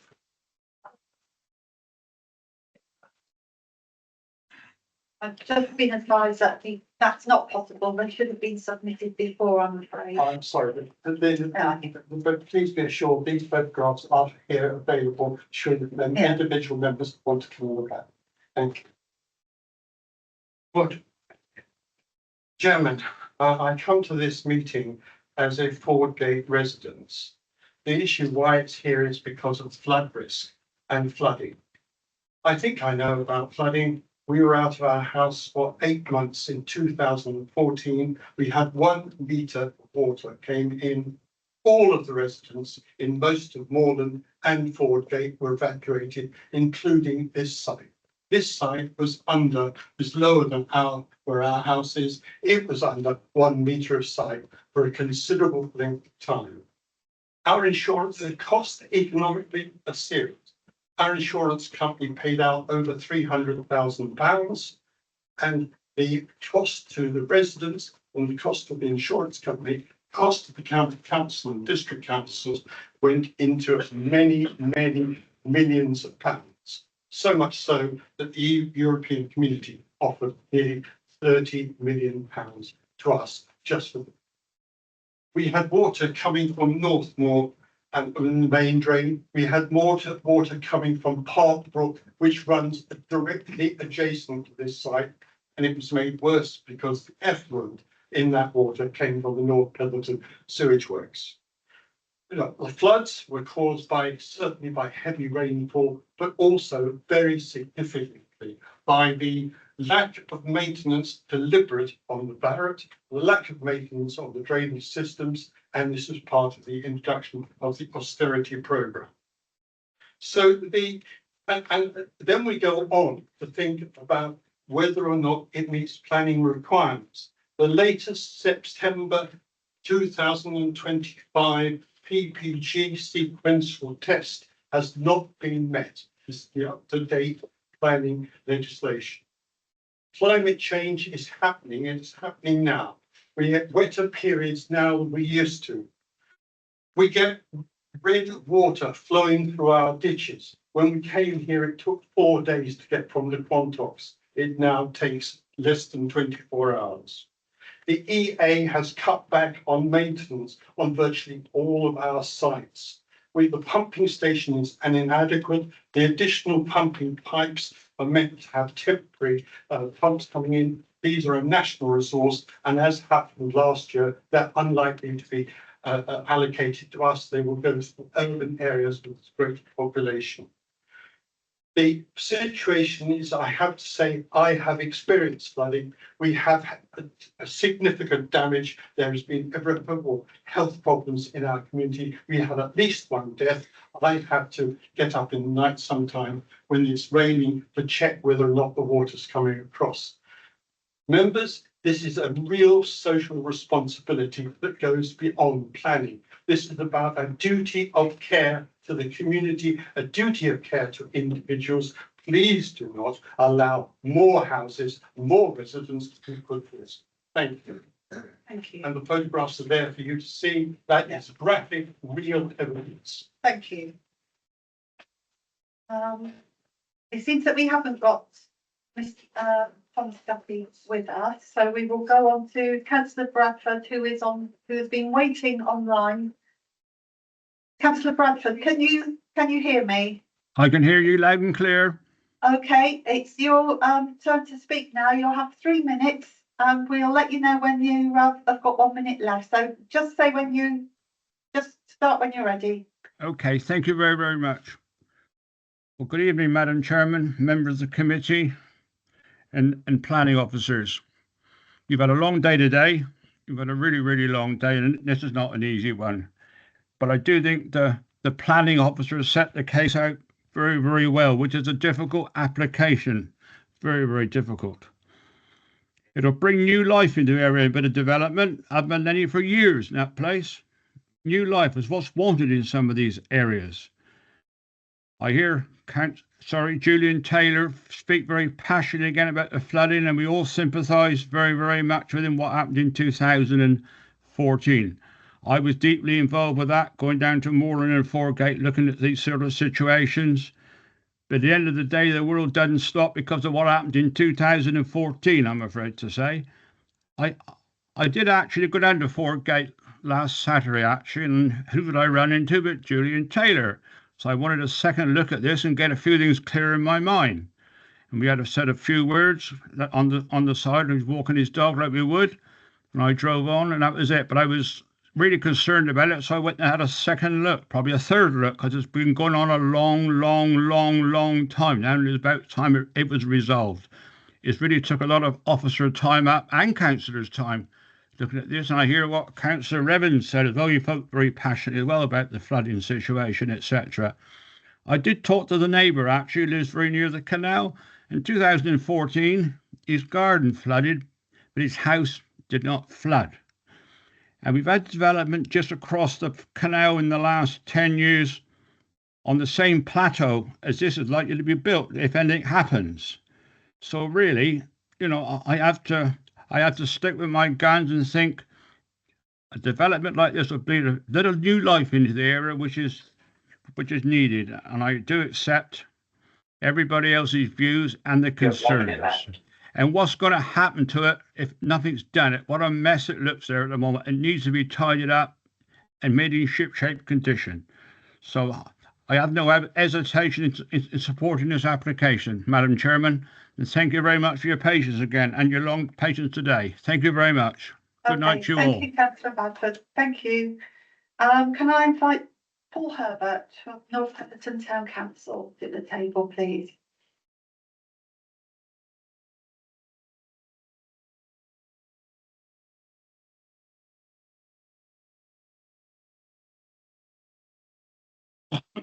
Three minutes from when you're ready. Good afternoon, Chair, members and officers again.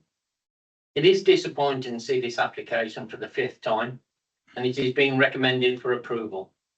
The significant amount of work by North Petherton Town Council to ensure that all parties were heard is not to be underestimated, and yet their findings were to object. We recognise the surface water solution agreed with the Parish Drainage Board to achieve policy D1. However, we still not see the resolution of the 9-metre corridor for maintenance of Park Brook. We still hold our concerns with regards to flooding risk, specifically MPPF policies 170, 172, 173 and 175. And in general, that is the risk of it deluge to neighbouring properties from surface runoff and rainfall. Is it the intention for construction works to grade away from Chapel Road and direct the water to the attenuation pond on site? It's not clear within the submitted information. The devil is in the detail for this site. Suggested use of SUDS, attenuation ponds and future maintenance thereof. If this is the answer, why are the IDB constantly raising with us concerns over the exact same solutions elsewhere?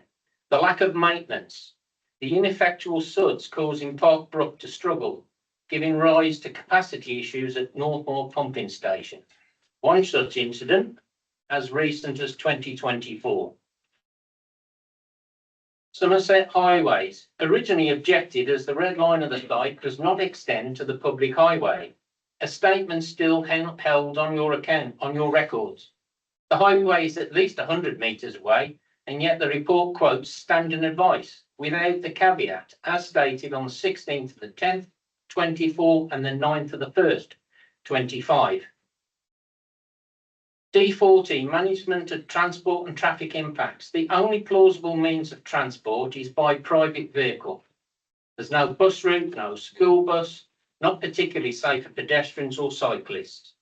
We ask you to consider now and in your forthcoming LTP4 policy. From the consultee responses, there's no evidence of consultation with the Affordable Homes Enabling team. So how can this be considered as a self-build without their support or comment? This site has Class Q approval, so why now for affordable self-build on flood zone 3? If in doubt, have a site visit and see for yourselves the concerns held by North Petherton Town Council. Thank you. Thank you. And final speaker for the day, Mark Heckley Store, please.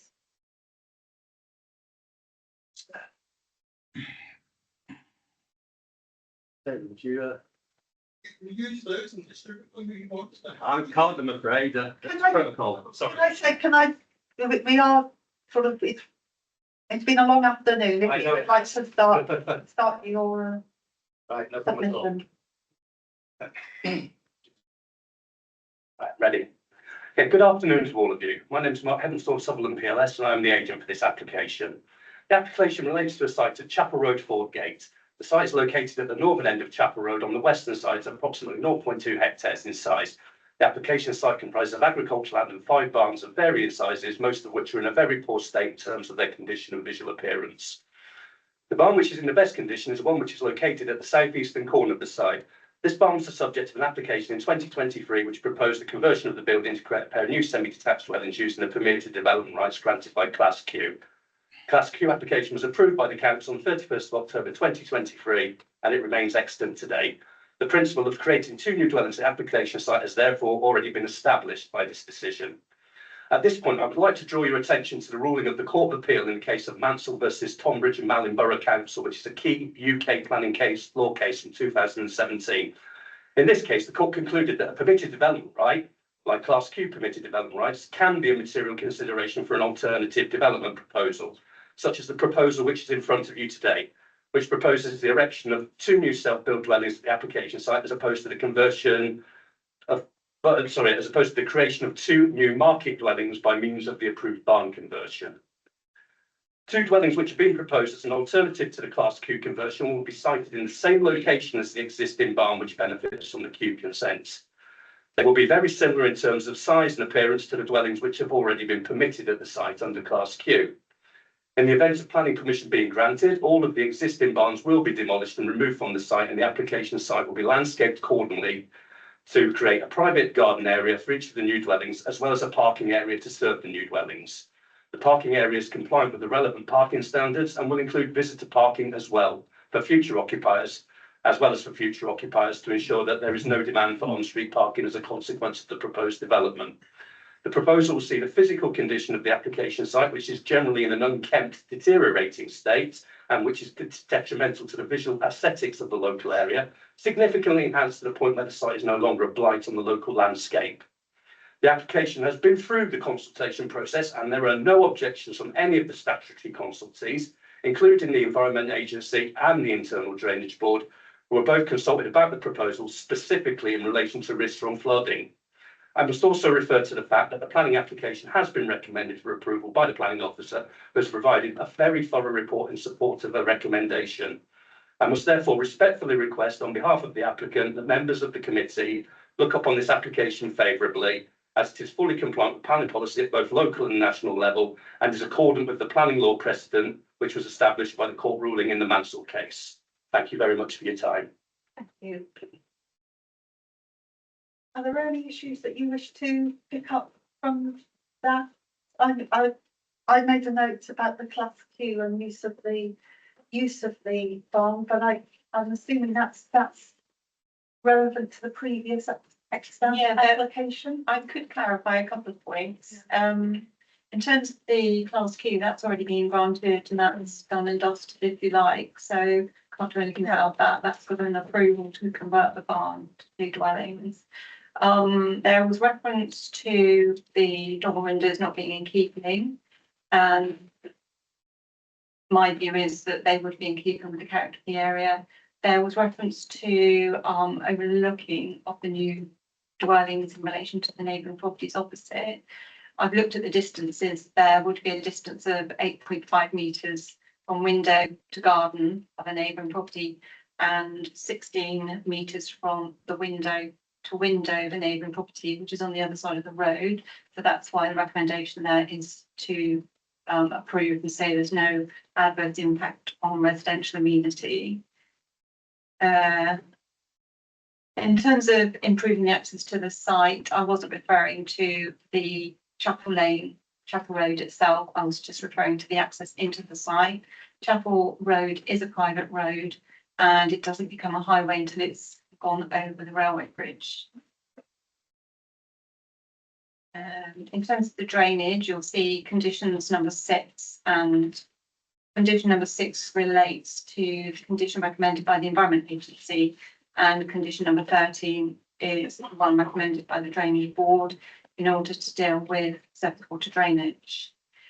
Just to clarify, the proposal is for a self-build, but we've confirmed that it doesn't meet self-build policies. However, in this case, because it's got the extant consent, that's what the application is relying on. We would still put a condition on, if it's approved, to say it must be occupied in accordance with self-build policy, because there has been no Bing information and Bing the biodiversity net gain, that is exempt with self-build applications. Hopefully I've covered most points. Thank you, members. Yeah. Councillor Slocum. I just want to see clarification at the moment. This is in flood zone 3. And I see there's a domestic effluent discharge from a treatment plant septic tank that will be 2 meters, cubic meters less to the ground, or 5 cubic meters or less to the surface water from this runnings. Septic tanks, are we still allowing? Are we still putting septic tanks in? I mean, I would have thought it's clearly says here there is no public foul sewers available to serve the development. So that's why it has to have a septic tank. Page 173. I'm sorry, the top paragraph. 172, the top paragraph. 173, the top paragraph.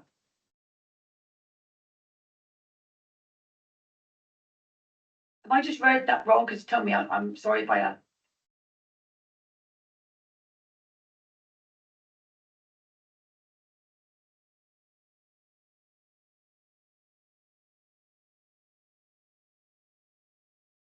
Oh, that's standard notes. Yeah. Informative, it says informative to applicants. I think it's an informative which is standard that we put it on the applications, and that's just setting out what the requirements would be if there were to be a septic tank proposed. So this isn't specific to that particular. She states here that there is no, they cannot have, they're not near drainage, they're not near, it's almost implementing that, indicating, shall I say, that there would be a septic tank for this properties.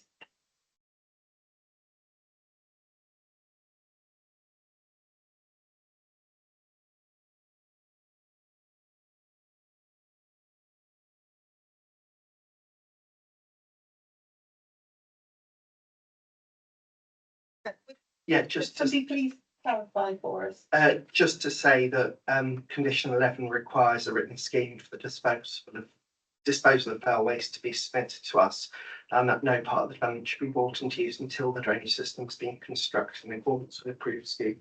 So that would be covered by a condition. So that's a pre-commencement condition effectively.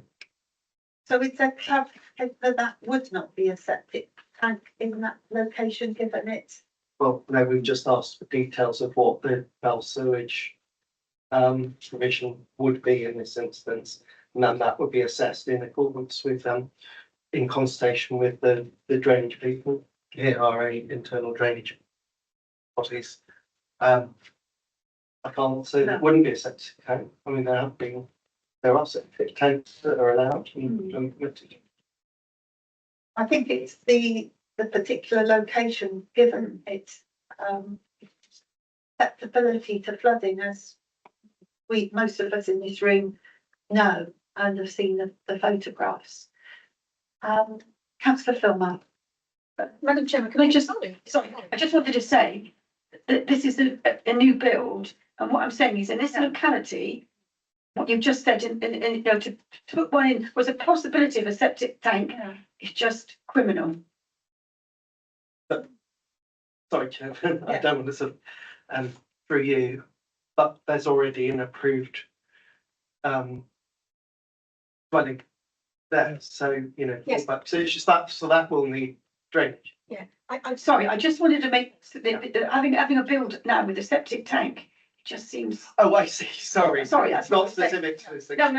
no, just in general terms.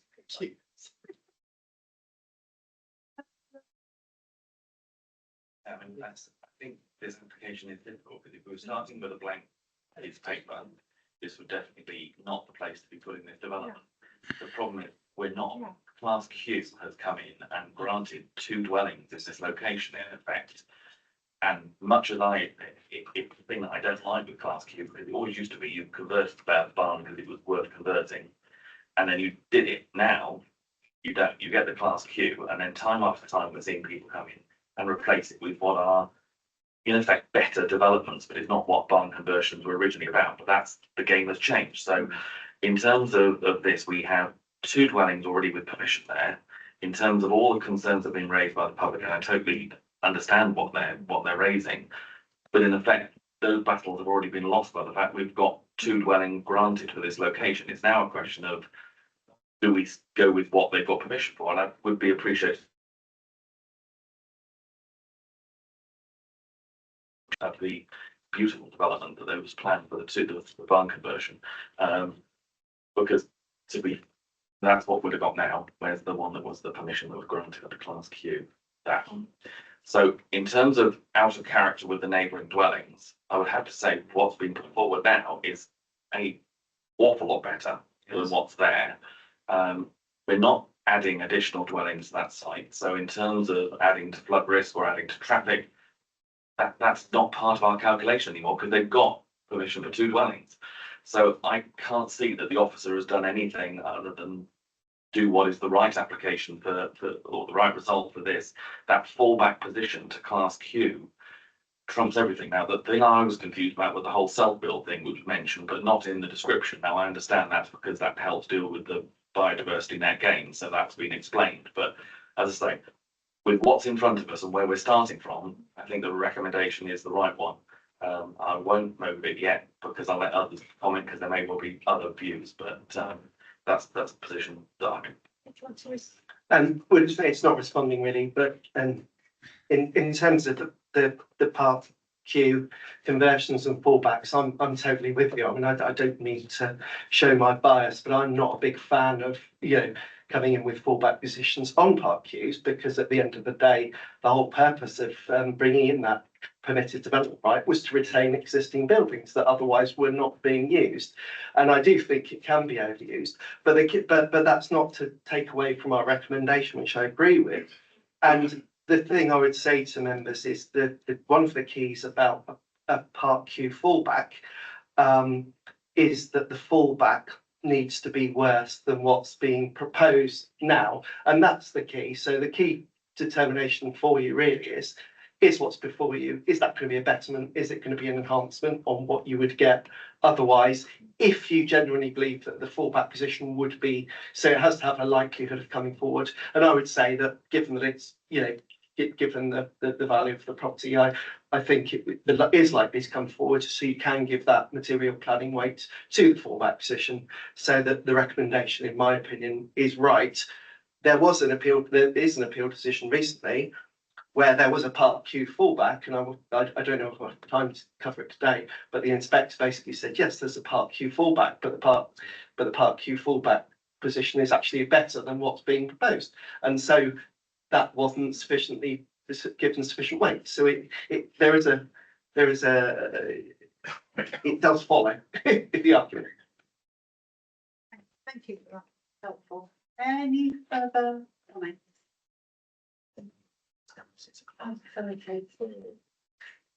Yes, sorry members, I'm going to propose that we extend the meeting again, just to finish the meeting, as we're on the final application, and I apologise profusely for the long meeting. Okay, do you have a vote? Those in favour? Yeah, I think that's a majority. Thank you. Right, we'll proceed. Any further comments? Okay, Councillor Martin. Thank you, Chair, and I'm grateful to, as always, Bob's wise words and the opinions of so many people. This is, we're betwixt a rock and a hard place with this. We have the queue designation already in place. And as we've just heard from the officer, we have the option of having the development that we see on the wall now as the fallback. I'll propose, if I may, that I'm going to have to maybe, I'm going to propose we accept the officer's recommendation and accept this application on account of the fact that if we don't have this one, we'll have something that we definitely won't like. But I'll propose we accept. Thank you, Chair. Thank you. Seconder, Councillor Bolt. Yeah, thank you. Just to go on, we've had experience with these on floodplains before, where they've come through, and the one directly behind me, where I live, it's a lot better, the development, than the original proposal. Can't be happy about it, but it's there, and we've got to live with it. So I'm quite happy to second it, but not happy in that respect. Right, so we've got proposer and then seconder to grant permission as per the officer's recommendation. All those in favour, please show.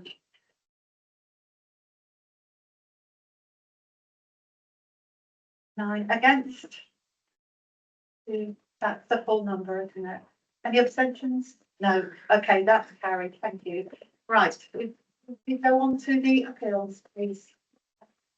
I can be very quick on the appeals. There are two in the agenda, and then one that came through last week. First one is Dolly John, which you may be aware of.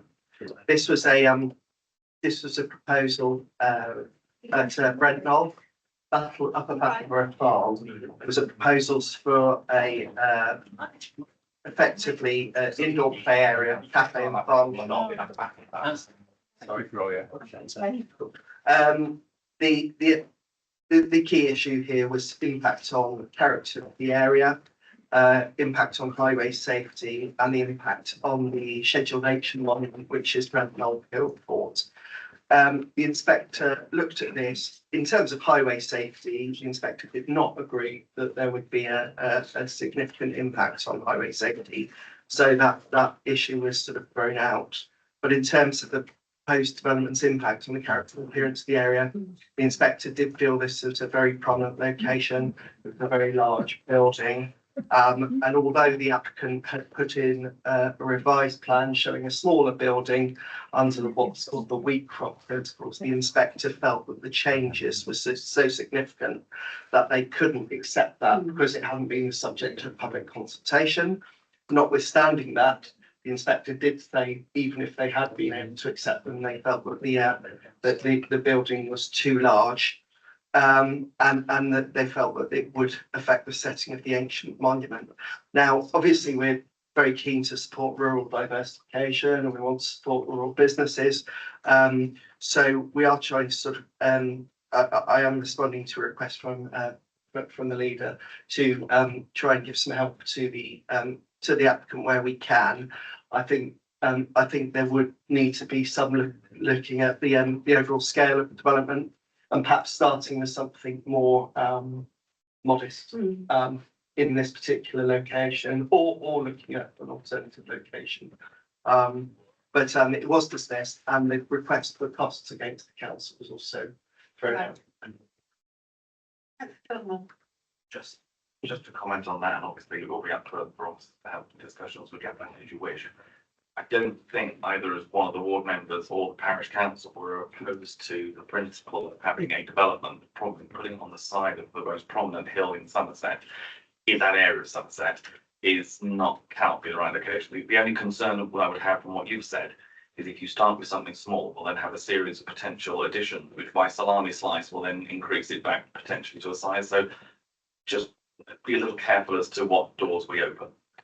Yeah, no, thank you for the advice. I'll be honest, I'm not familiar with the site myself. I've had to take it around if you want to. I might take it up on that. So thank you. But we will want to talk to that and look at what the art of the possible is. But yeah, I mean, I think, you know, regrettably for the business, it is the right decision that the appeal was dismissed, I believe. The second appeal was this Park Q fallback position, which is the erection of a new dwelling at Westbrook Farm, Hart Road, also in Brentnall. The issues on this were impacts on the character of the area, whether the scheme would be in a suitable location, and whether there'd be unacceptable flood risk. Well, it was in flood zone 3, and the inspector felt that whilst there was a flood risk assessment, it didn't consider the sequential test. So they hadn't actually passed the fundamental part of the flood risk, and they hadn't also demonstrated whether the runoff from this building would affect flooding on other parcels of land. So it's not just, as members will know, it's not just whether your development would flood, it's whether or not you'd increase the flood risk or, elsewhere. So that was the inspector was supported us on that. And the interesting thing is, although there was a Park Q approval for the conversion of the existing building, the inspector noted what was proposed was, you know, almost twice the height and much more prominent. And this comes back to my point about a genuine fallback has to, for it to be given weight as material consideration. It has to be genuine. It has to be likely that it would come forward in the absence of a planning permission being granted.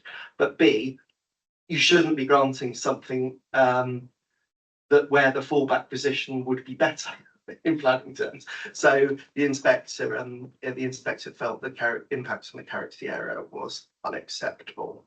The third one just came in last week and isn't in the agenda. Oh, no, I can do it then. Oh, sorry, it will be listed, but it's 41 Taunton Road, which is an application for an HMO for nine bedrooms. This is one that I actually talked to the case officer about because amended plans were put in. It's one where they actually made the scheme worse by putting in parking area for 9 parking spaces in the rear garden, where either side was residential. The inspector considered 2 things here. One, impact on the living conditions of future occupiers. He felt that there was just a small kitchen serving 9 bedrooms, and that was the only sort of breakout area, communal area.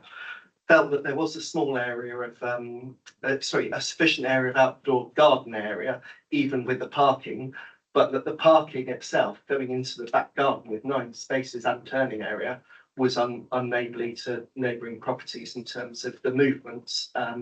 And so that was thrown out. And then the last one is the new appeal that's been listed. And this is predominantly refused on, so this is, sorry, let me get it. It's change of use of building from bed and breakfast and craft studio into a dwelling. It's at Rose Cottage in Stawell. I don't know, I'm from Somerset as well. I should know these things, shouldn't I? I'm from South Somerset, so forgive me. But so that's a new appeal. We haven't got a decision, but it's just a very small building and officers are concerned about the living conditions in terms of the internal space. So let's see what happens. I was quite impressed that the previous appeal, the 41 Taunton Road, came back so quickly. It was quick. I mean, I do feel a bit sorry. It was Hinkley Homes, and I appreciate they're trying to accommodate people, but it has to be right. Yeah, it has to be right. Thank you. Thank you. And you will be pleased now I know the meeting closed. Thank you very much. Thank you.